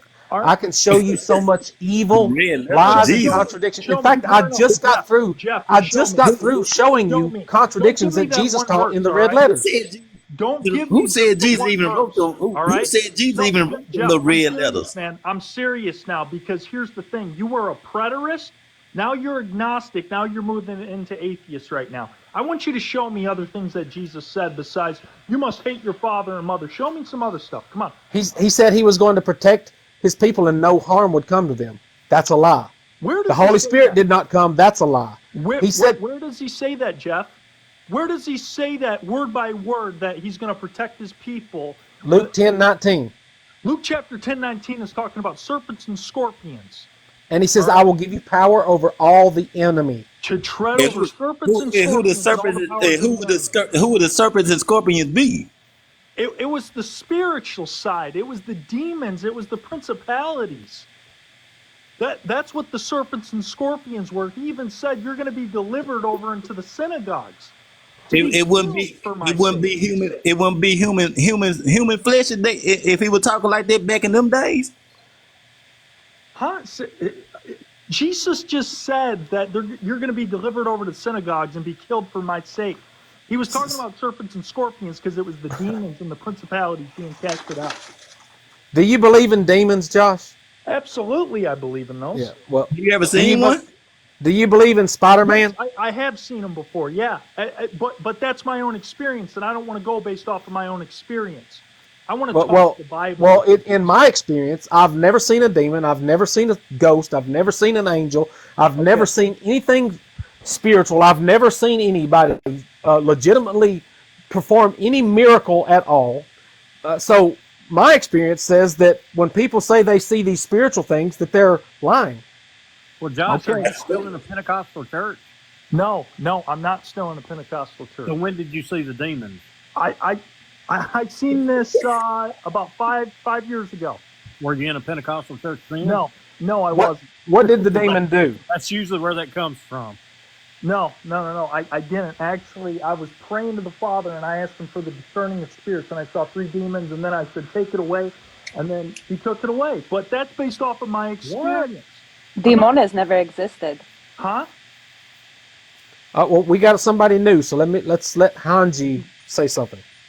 Hey, sons, but demons never existed. Demons are a metaphor for your psyche. And Charlie, a demigod is basically a child of a god or goddess and a human. Which is exactly what Jesus was. Okay. Yes, he was Dionysus. Jeff, I'm not asking you about your experiences. I don't want you to talk to me about my experiences. Jesus said his apostles would be delivered up for his sake, and they would be killed. So that's a contradiction. So in Mark 16 and in Luke 10, Jesus says that I will give you power over all the enemy and nothing at all will be able to harm you. You can drink poison, you can handle snakes, nothing will be able to harm you. And then out of the other side of his mouth, he says, oh, you're all going to die for my sake. So this is how a false prophet tricks people. He gives both the positive and negative, and then he says, well, he can't go wrong because you're going to die, but you're not going to die. Well, as long as you're not dead, then this part came true. But as soon as you die, this part comes true. That is not a prophet. A prophet don't say you're not going to die, but you are going to die. Let's even take the story of Job. How they played with everybody's life. Dude, The devil is I don't God. care about Job. That's Yahweh. That's the devil. All right, Yahweh is the It, devil. it doesn't matter, but it's still the same thing. Hey, No, hey, it's hey, not. hey, Jesus supposed to be God in the flesh. Jesus is not Yahweh. All right, Yahweh is Okay, different from Jesus. hey, now let's just go with the Bible. Now that's what you said. Let's go with the Bible. Now, didn't Jesus say he was God in the flesh? No, he never said that. Oh my goodness. He didn't. Jesus never said that. No, he never said that. Not only that, Yahweh and Yeshua were other names for Jesus as well. It's all the same person. It's just different scriptures. No, No, Jesus was that's not different right. from Yahweh. All right. Okay. I'm gonna leave it alone. Okay, I guess y'all had a different Bible than what I had, but I But know you that's know what he what? said. And you know what's funny? Because I'm not even atheist. I'm not a Satanist. I'm not a Christian. I'm not a Catholic. I am one of the oldest religions because I am Greek. I am Hellenic, and I've read different versions of the Bible, and all the names are basis on the same person. Like it makes no sense that they want to argue and fight with this. It's like telling Muslims that they're devil worshippers when they're not. They're actually one of the oldest practicing religions. Did you know that the Greek mythologies was created by Lysias, the actually protege of Elijah? He actually created something called the Licinian Mysteries. Wrong. It stems from the Bible. All right. It does not, because Hellenism, my Greek gods, you're not going to speak on a Greek person about their culture and their Your religion. Greek gods My became the Greek Roman gods Catholic were Church's saints. All pre-existent right. to Christianity by 2,500 years. Your Please do not Every, play Roman, with me. the Roman everything Catholic came from saints were once the everything Greek came gods. from everything came from Christian Africa, ego. He's letting his Christian Egypt. ego talk. They know I'm nothing letting my about their own Christian culture and ego say stuff. history. I'm not a Christian, first off. All right. And Every, secondly, the pantheon of the 12 gods Don't comes talk to from me like I'm a Sumeria. child, sir, Okay. because you're over here disrespecting my I'm people, not my disrespecting you, but don't religion. tell me you've read the Don't tell Bible a multiple Greek what times. is right and what Okay. is wrong All right. about their Do culture. you know that the Malaka. Apostle Paul was a Hellenist? Do you know that the Apostle Paul was actually a Hellenist? Do you know that he What? that's wrote why from the Septuagint? that's why his books is not cannibal. Exactly. I don't believe in the Apostle Paul. I'm not saying I do, but the Apostle Paul was a Hellenistic Jew. Okay, he believed like Philo of That Alexandria. came after the Greek religion. Oh my God, you got to be After. kidding me! Sumeria came before that. Okay, and that's I right know in the book of Sumeria came before, Genesis. but we're not talking about Sumer. But You came but you're straight for trying to say, oh, I Greece. have the oldest religion. Sumeria What comes what from the what book of what what Genesis. did all And guess religions what? come? In Sumeria, they What, also what, had Poseidon. They had No, Poseidon no, no, for your no. They English didn't speaking have Poseidon in Poseidon. Sumeria. Yes, they Poseidon comes did, from Greek. actually. Okay, They Poseidon was actually did. Enki. All right, There's it was actually a Enki. statue. His Jeff? name was Lord of the All right, It's Waters. still His up all name right. was there to this It's This over, day. this man. All right. is I gotta put a Jeff. stop to this. There you go. So, let me just let all of you go for right now. I don't know if I got anybody else in, but we've strayed off of what I want to talk about anyway. So, and I'm probably going to get off here pretty soon. All right, man. We'll talk to you later. Yeah, thanks for stopping in. Sorry about that. No problem. Let me just keep you in for just a second. So you believe in Zeus today? Yes.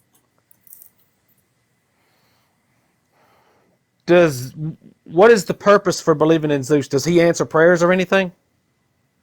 Um, I wouldn't say answering prayers. The way we see the gods is basically like like a mentor in a way. We listen to their stories, we read their stories, but we use it to our discernment. Just because, let's say, you're having a drought and you are praying to Demeter, knowing that Persephone is in the underworld with Hades, instead of praying to them, it's mainly making it your way. They give you the seed, all you have to do is plant it. It's more so like a guide, not necessarily a worship, but like a guide. So why do you not think that people just wrote mythical stories about different gods. Oh, that's absolutely 100% true. The thing is that when it comes to the human psychological aspect of things, during those times when we didn't really understand what was going on, we would put a face to something that we didn't understand. Like, oh, there must be a God for this Right, vast amount of right. ocean The that we God of have. war, the God of love, the God of Exactly. everything. Exactly. The God of lightning, the God of underworld. Yes. It's all But just none of it's basically putting a true. face. It's just stories that ancient people dreamed up about the unseen realms. Uh, and so I can't believe that you would actually believe that stuff is true when it's ancient people saying their own superstitions and mythologies. It comes from my family culture. To this day, I still have cousins and aunts and uncles that still practice this religion. It's not as predominant as it used to be because of the Orthodox Church when the massacre happened in Greece, around the Hittites era.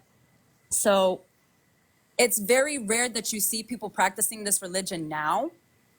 But if you talk to the people who still practice this, like there's still some people that still practice Norse mythology. There's some people that are actually looking up the Sumerian texts involved with the Anunnaki. It's all based on perception, really. But because I was raised in Hellenism, that's where I feel most comfortable. And I see a lot of similarities between our religion and the Catholic Christian religion. I would agree with that. So I believe that the Catholic Christian religion came from Greek pagan. I don't mean pagan as a curse word. It's just No, that's not exactly what we Jewish. are in a way. Uh-huh. Right. Yeah, it's just a, I don't know what the definition is. It's just not the traditional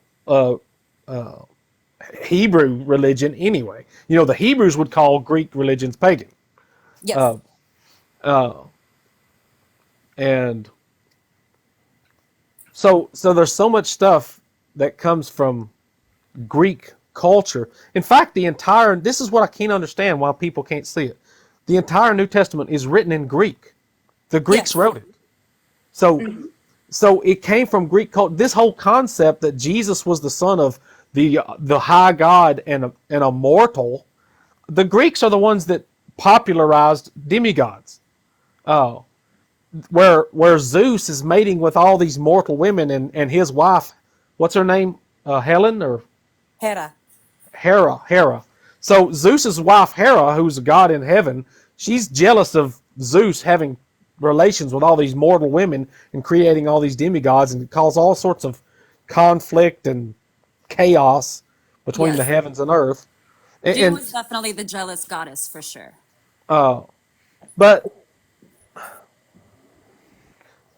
so whenever Greece, Alexander the Great conquered Egypt, they created a god called Serapis. He was a Yes. combination of Osiris and Apis.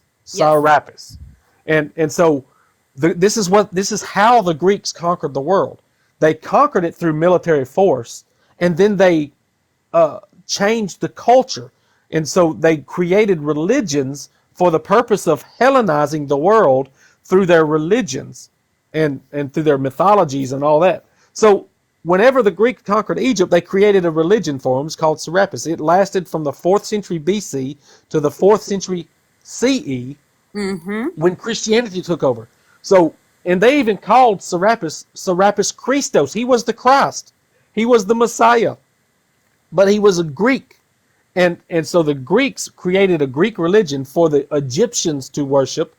And then in the 1st century, when the Jews were destroyed, the Greeks created a Jewish demigod, Jesus, and said, here's your new God. He's Jesus. He fulfilled everything in the Old Testament. The Old Testament, the Jewish religion is now finished, and now you've got Jesus to worship. So now the whole world needs to worship Jesus. And the Greeks sold it to the Romans, and the Romans loved it because it said, don't rebel against your government, pay your taxes, submit to your government, and just worship this demigod. Actually, Christians came, Christians came into Greece during the time of Hellenistic practice. And every oracle that was found was massacred. Anyone who didn't turn to the Bible was massacred. And this was predating Alexander. When Alexander went to Egypt, he actually was the one, because he wasn't even in like the main islands. He was Macedonian. So when he came into Egypt, he had Sat-enapun, who is Anubis's true name. He morphed Anpu and Hermes together, because Hermes was not only like our version of Loki, but he was also the messenger for the underworld. So when they morphed them together, they created the new name Anubis, which was around the time of Alexander. That's why when people are so quick to say, oh, Cleopatra was black, no, she wasn't. She was Macedonian. That whole family tree was an incestuous family tree. And a lot of people tend to argue otherwise. But it's right there in the text. It's right there in the history. Are you in America? Where are you? I was born in New York, but I used to live in Greece with my cousins. So where are you in America or somewhere else now? No, I'm in America now. I'm back in New York. All right. Well, I'm thinking about closing down, so I'm going to let you go and make some closing statements and then shut down the live for tonight. No worries. So thanks for stopping in. Of course. Thank you for, the questions and actually Yeah. letting people know the truth about some of these things, for sure. It's 'Cause- so I mean no disrespect to you. no, not a problem. And I would say that I don't know much. I think it's fascinating to find someone like you that believes something that I can't understand why anybody would believe. But I'm not smirking to make fun of you. I would actually like to try to understand you a little bit more, but I don't think your religion is harmful to anybody. So I tell people this all the time, that what makes Christianity harmful is that it destroys relationships, and it actually trains you to destroy relationships. It says if they're not a Christian, you should get them out of your life. You should kick, if you shouldn't be friends with someone who's not a Christian. You shouldn't, be family. Just kick them all out, and it destroys relationships. That's what hurts me the most, because it's just like everyone is so quick to, bring Zeus down, like, oh, Zeus did this, Zeus did that. But at the same time, Zeus didn't unalive his people.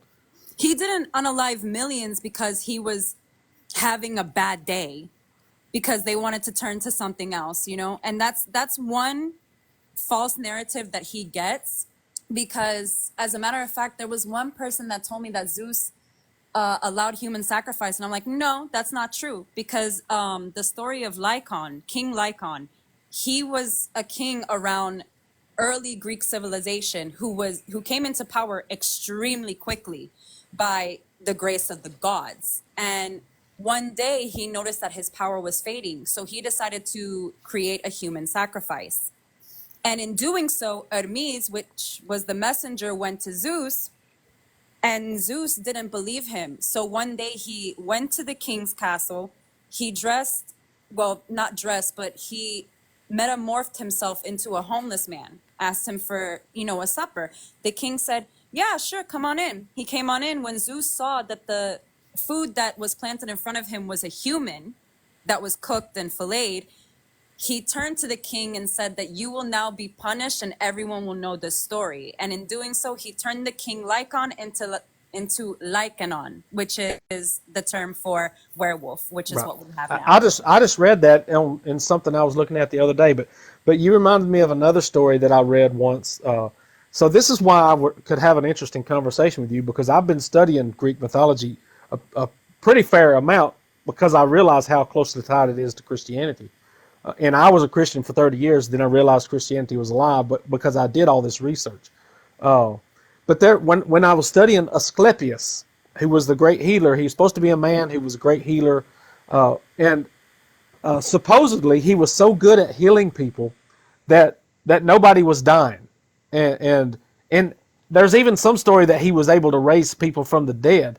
And so Zeus started having a problem with this, because he's like, my goodness, I'm the God of the living, and there's too many people for me to manage. Like Asclepius is healing everybody, and it's getting hard for me to manage all these people.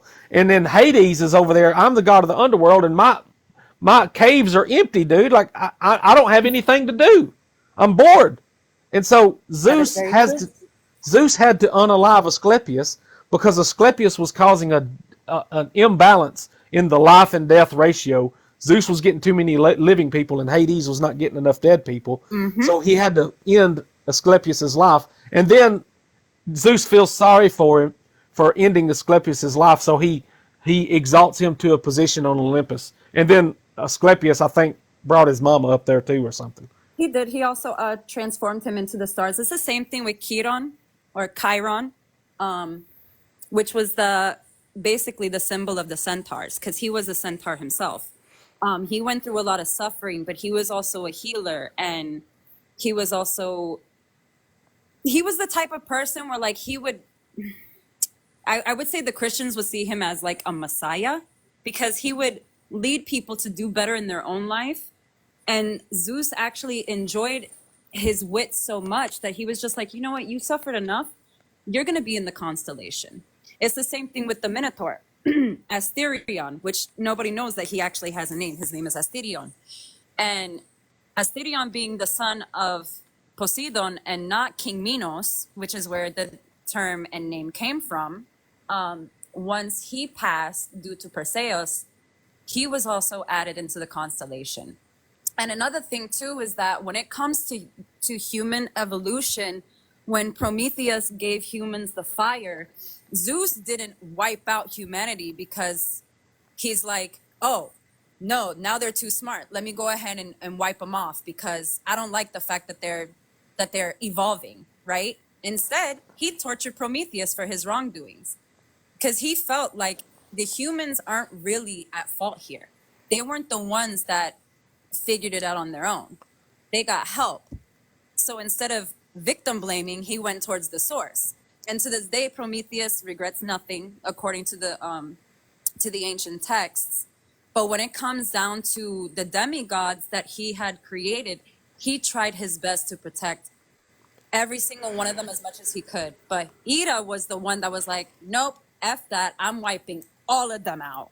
So like we have the story of Heracles or Hercules in American terms, where in the actual ancient texts, he did not live a long life. He did not live a happy life. Once Ida found out that he got married and had children, she actually sunk into his mind and had him massacre his entire family before putting him on a pillar of fire and basically burned him alive. He did not ascend to Olympus, and he did ascend to the constellation because Zeus made it so. But when it came to actually sitting on the throne beside his father, it did not happen. All right, well, let's end it there for right now. I appreciate you stopping in, and maybe another day we can have some more Greek conversations. Oh, absolutely. I would love that. But we kind of got off topic. What I like to talk about is where Christianity came from. And from an ex-Christian's perspective, saying, I used to believe this stuff, now I don't. And I wish people would just be curious and say, why do you think it's not true? But people get emotional and they say, there's no way you're right. You're insane. I'm like, no, I'm not insane. I'm intelligent. I've done a lot of study, and I found out a lot of things that people don't know and the information is readily available. But Christians are taught not to even look for these things because the evidence is against Christianity. All right. Yes, Hayaki, whatever your name is, go ahead. All right. Look, I know that you like to go back and understand where the Zeus come from and the great Olympus and all this stuff, right? No, I'm not talking about where Zeus came from. I'm talking about where Jesus came from. Well, do you know that it wasn't from Rome? Correct. It was from Egypt, from the Greeks in Egypt, are the ones that wrote the Jesus story. No, you didn't write it. It was It was actual disciples that went over, across the land and gave the word. And it No, it wasn't. wasn't. It wasn't Greeks. It was. Listen, do you know what Well, you language can the New ignore Testament the is written in? martyrship, but the Catholic Church has the history. You can ignore it if you want to, but I tell you that you only ignore truth. Do you know what language the New Testament is written in? It's written in Greek. Do you know where all the ancient manuscripts of the Some New of it, Testament were actually. found? Huh? Where was 100% of every ancient manuscript of the New Testament found? Well, we have to go to where the Dead Seas were, right? No, Dead that's Sea not the New Scrolls? Testament. No, there is no New Testament in the Dead Sea Scrolls. Well, no, but we have other Listen, New Testament. other things, right? That's Do besides you Greek, know? right? Do you know where? What Greek would throw in the Dead Sea Scrolls? You tell me that. Listen, dude, the Dead Sea Scrolls has nothing to do with the New Testament. That is Oh, it Old has Jesus' Testament. name in it, The though. Hebrews. Jesus is not mentioned in anything in the Dead Sea Scrolls. I'm saying that yes, he is. No, he's not. His childhood is. No, it's not. Yes, he said that he. You're killed talking the about boy Nag Hammadi. for Nag throwing Hammadi is echo. the Gnostic text, and yeah, Ah, Jesus is in Nag Hammadi. He's not in Dead This is Sea. from a reliable source, a smart man that studied it and has told me, and I trust his self. Well, over he's your not a smart recollection. man. He's Over not a your smart man. Well, Nag that's- Hammadi is a different place than Dead Sea, and there was different. Nag Hammadi is the Gnostic text written in the second, third, fourth, and beyond centuries, Common Era. The Dead Sea Scrolls is all Old Testament Hebrew stuff in a different location about the different texts written in a different language. Nag Hammadi's in Greek, Dead Sea's in Hebrew. Totally different things.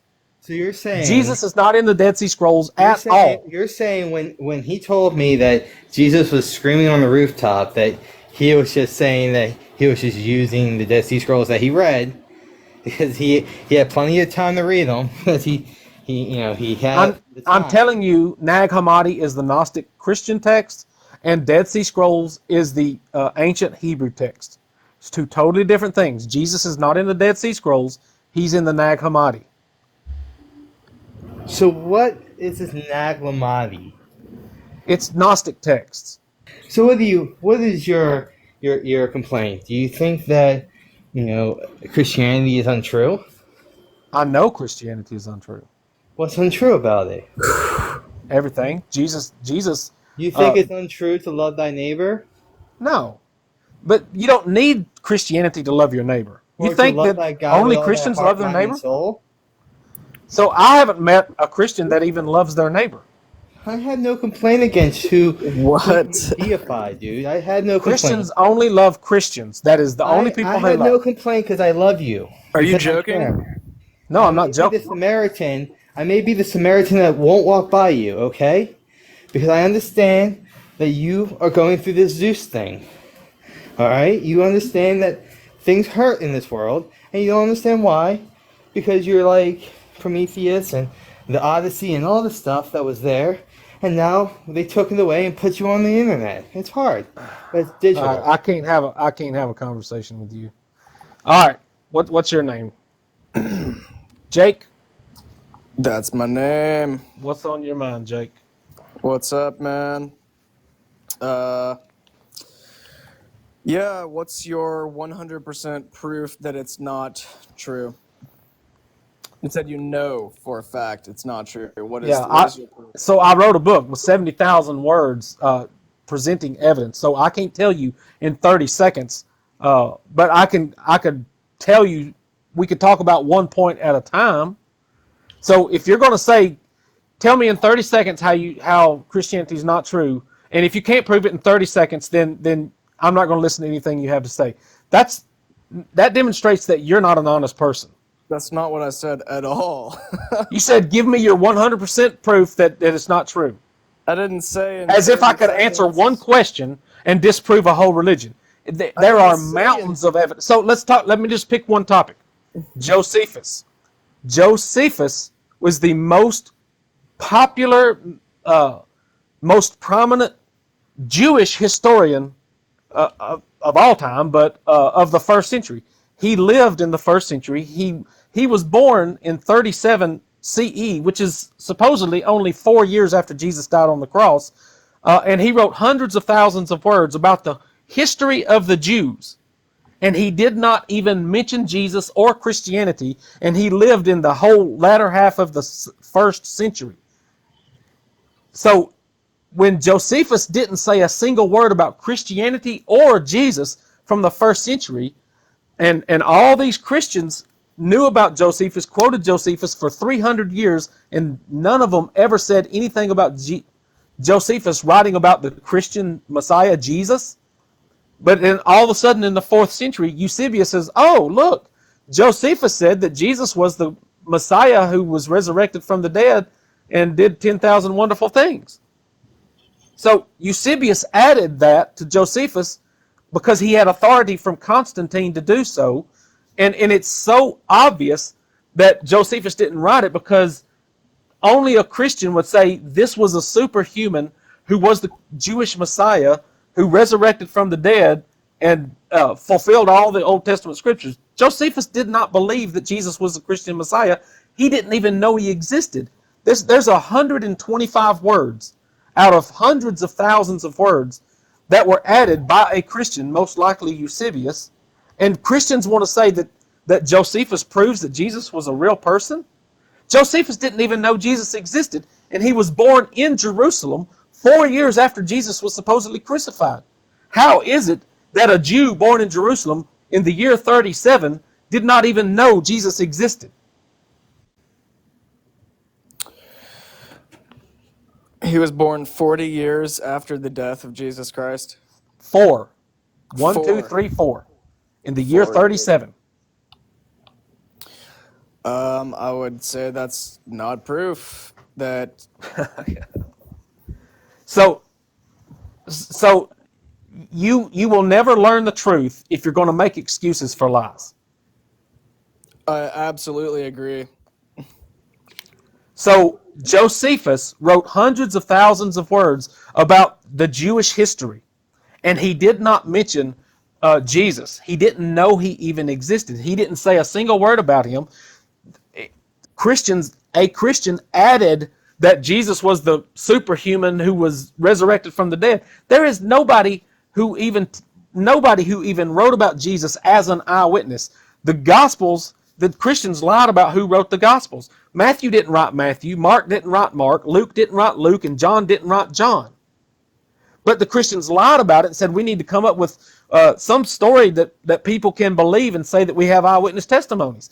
Matthew, in Matthew chapter 9, verse 9, says, there was a tax collector named Matthew, and Jesus came by him and said, follow me, and then Matthew followed him. So nowhere in the book of Matthew does it say, I, Matthew, an apostle of the Lord Jesus Christ, am writing the things that I witnessed with my own eyes. It doesn't say that. The writer of Matthew is anonymous, and there's a strong evidence that the book of Matthew did not even exist in the days of Irenaeus in the late 2nd century, because Irenaeus said that we learned all this new information about Jesus from the Gospel of Luke. But yet, the things that he lists out, Irenaeus lists 30 things that he learned from Luke, and 15 of them are in Matthew. So, apparently Irenaeus had never read Matthew, or Matthew didn't even exist in the days of Irenaeus. What did you say? I'm listening to what you're saying. What did you say? You will never know the truth if you make excuses for lies. Make excuses for lies. I absolutely agree with that. You will never know the truth if you continue to make excuses for lies. So when someone is born in Jerusalem 4 years after Jesus supposedly died, but yet he doesn't write about him at all in his histories, and his writings were preserved by Christians. So Christians are not going to erase Jesus from there. The only things Christians would do would be to add Jesus, and there's strong evidence that Christians added Jesus to Josephus, that Josephus did not write about Jesus, but that Christians added it because they were embarrassed that that Josephus didn't say a single word about him. What was the strong evidence that it was added? That whoever wrote it was a Christian, and Josephus was not a Christian. Because it says, there was a wise man who only taught the truth, and only those who loved the truth followed him. And if you could even call him a man, because he was such a superhuman, we couldn't even tell if he was a man or not. And he was executed by Pontius Pilate, and on the third day raised to life again. And he did this and 10,000 other wonderful things, and that's the entire quote. From start to finish, only a Christian would say that. No non-Christian would say that there was a superhuman who only taught the truth, and only those who loved the truth followed him, and they never even forsook him. And these Christians are still alive to today. I don't know I think that's in the quote. So every single word of that reference to Jesus is something only a Christian would say, and Josephus was not a Christian. So if Josephus was not a Christian, why would he even write about Jesus? If there was a miracle worker, he would call him a sorcerer or something and say that he misled people, but he didn't even say that. So the only thing about the Jesus of the Bible that is in Josephus is that one little statement that says he was a superhuman who only taught the truth, and only those who loved the truth listened to him, and that he was resurrected from the dead, and he did 10,000 wonderful things to fulfill Scriptures. Oh, so you're saying he did write about Jesus? No, he did not write about Jesus. Eusebius added it in the 4th century because he was trying to manufacture false evidence for the false religion and the false narrative that Jesus even existed. Josephus did not know he existed. He didn't write about him at all, not from the positive or the negative perspective. Yeah, he did not even know he existed. Jewish people were the ones who killed Jesus, right? So why would he even want to write about Jesus? The Romans are the ones that executed Jesus. The Jews were the ones that supposedly forced the Romans' hand, and that's not even logical either. Right, so what else? That's not proof. None of this is proving your claim.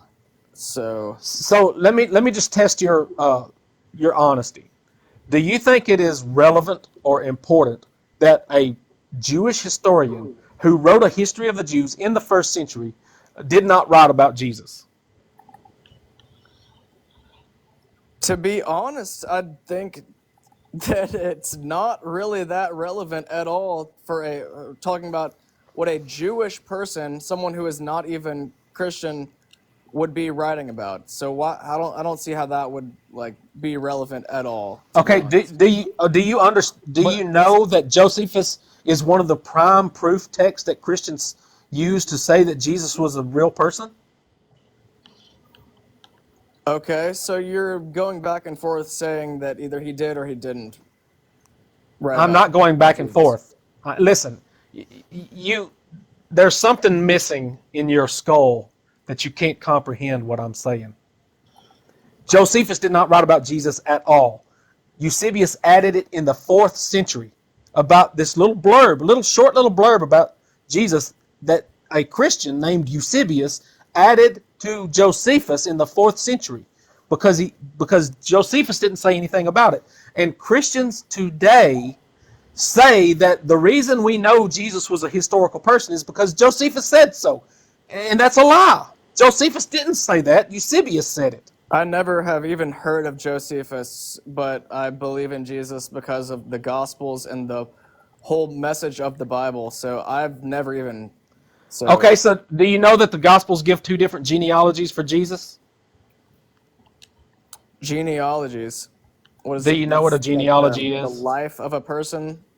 It's who was his father and his grandfather and his great-grandfather and his great-great-grandfather. It's showing the lineage. You see, the Old Testament says that promised to Abraham that through your seed all nations of the earth would be blessed.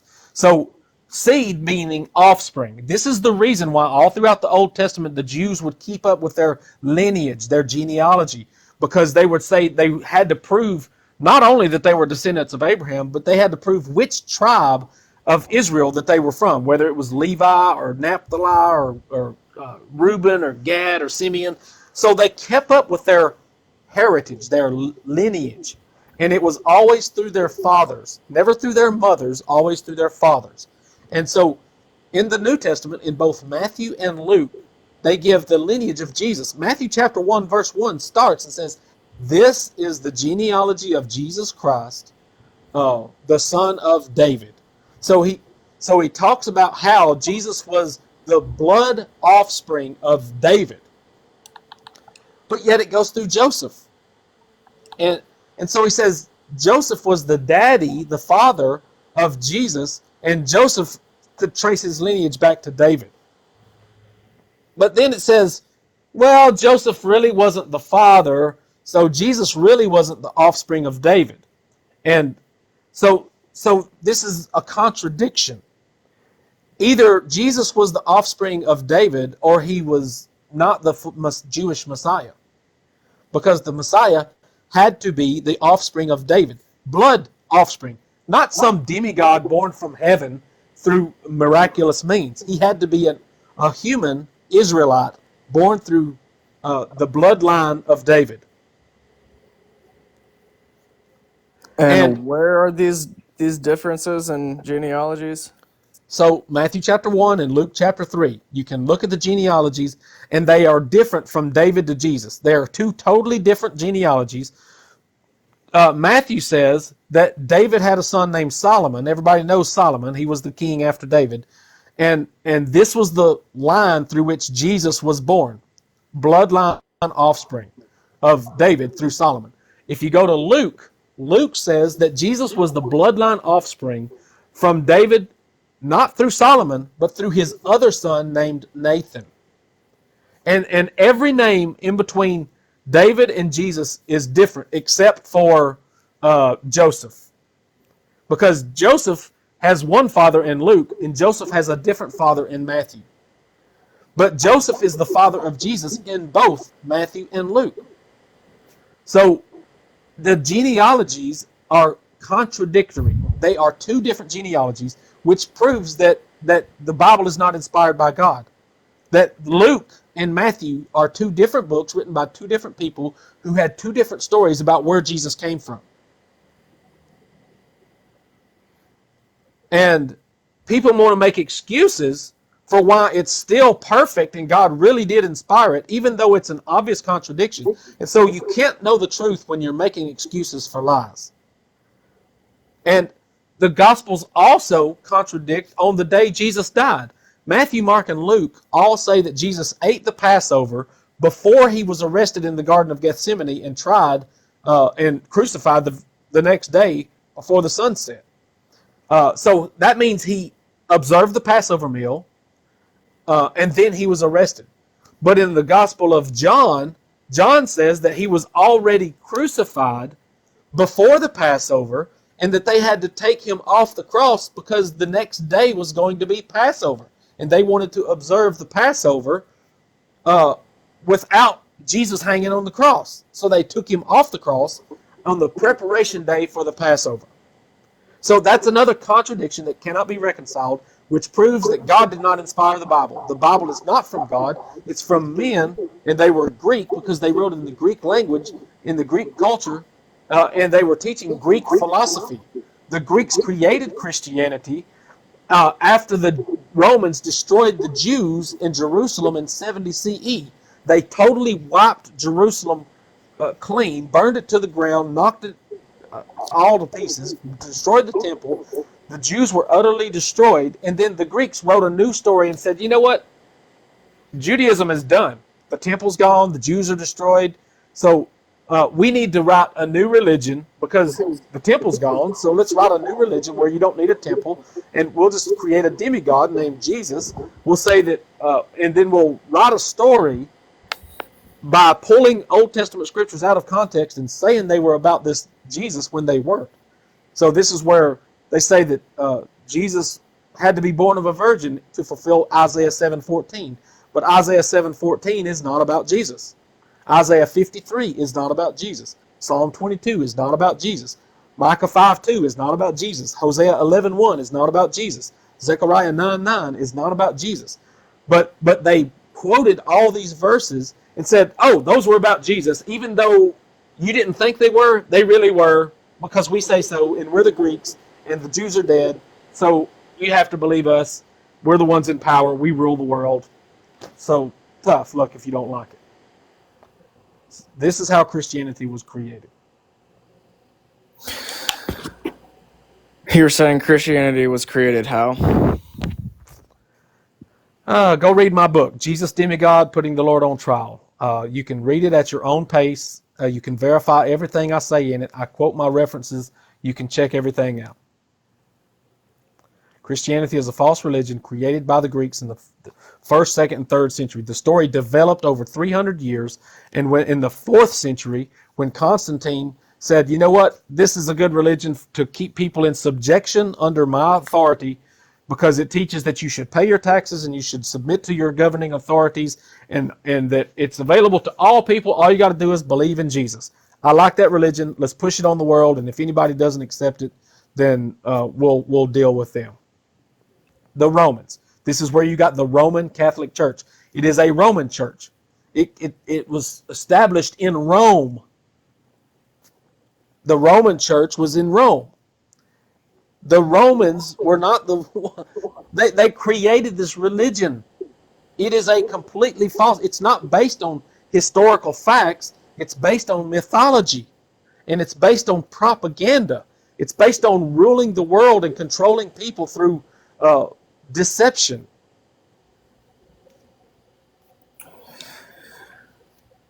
You seem really angry. I'm angry that the world has been lied to, and they can't see the evidence right in front. And people like you want to make excuses to continue to believe the lies when I'm telling you point blank how it's a lie, and you're like, nope, it's not a lie. Even though I'm telling you this is an indisputable contradiction that cannot be resolved. You're like, I don't care. I like believing lies. And so that's frustrating. And you listen, you're not even listening to what I'm saying. It's like you're writing notes or something, and you're not trying to process what I'm saying. And you say, so what did you say again? Like that's frustrating. I can't have a conversation with someone who is not even listening to what I'm saying. Sit here and listen, like process what you're saying, and you're saying a lot of stuff really fast. No, here's what you're trying to do. You're not listening to what I'm saying. You're trying to come up with an argument against it, and this is why you're confused. You cannot argue against me because I know the evidence, and you don't. Unfortunately, you just don't know what I know, and I'm not making this stuff up. I have studied my entire life searching for truth, and I've got information to share with people, but people don't want to hear it because they prefer to believe lies. They prefer to be duped into believing that someone 2,000 years ago loves you today. That all he did was come and die on a cross, and somehow he's supposed to mean something to you today. Yeah, Christianity has given me more peace than anything in my entire life. How old are you? And I don't think any of these things that you've provided are absolute evidence that it is not true. Okay. I think they're good points. I'm thinking about shutting down pretty soon. I've been on for 2 hours now. I don't want it to get too long because I'm going to try to put this video on YouTube if I can. My YouTube channel is Jeff for Truth. All my links are in my profile. I've got a link tree linked in my TikTok profile. You can click my profile, click the link tree link. You can see my 2 books, my Discord channel, my YouTube channel, and Instagram and other things. All my links are in my link tree, which is in my TikTok bio. And I wrote a book that I'm extremely proud of, Jesus Demigod. It presents the evidence that led me out of Christianity. I was a Christian for 30 years. I studied the evidence, and I was like, oh my goodness, it's all lies. I'm gonna shut it down. Thank you guys for being here. Okay, see you next time.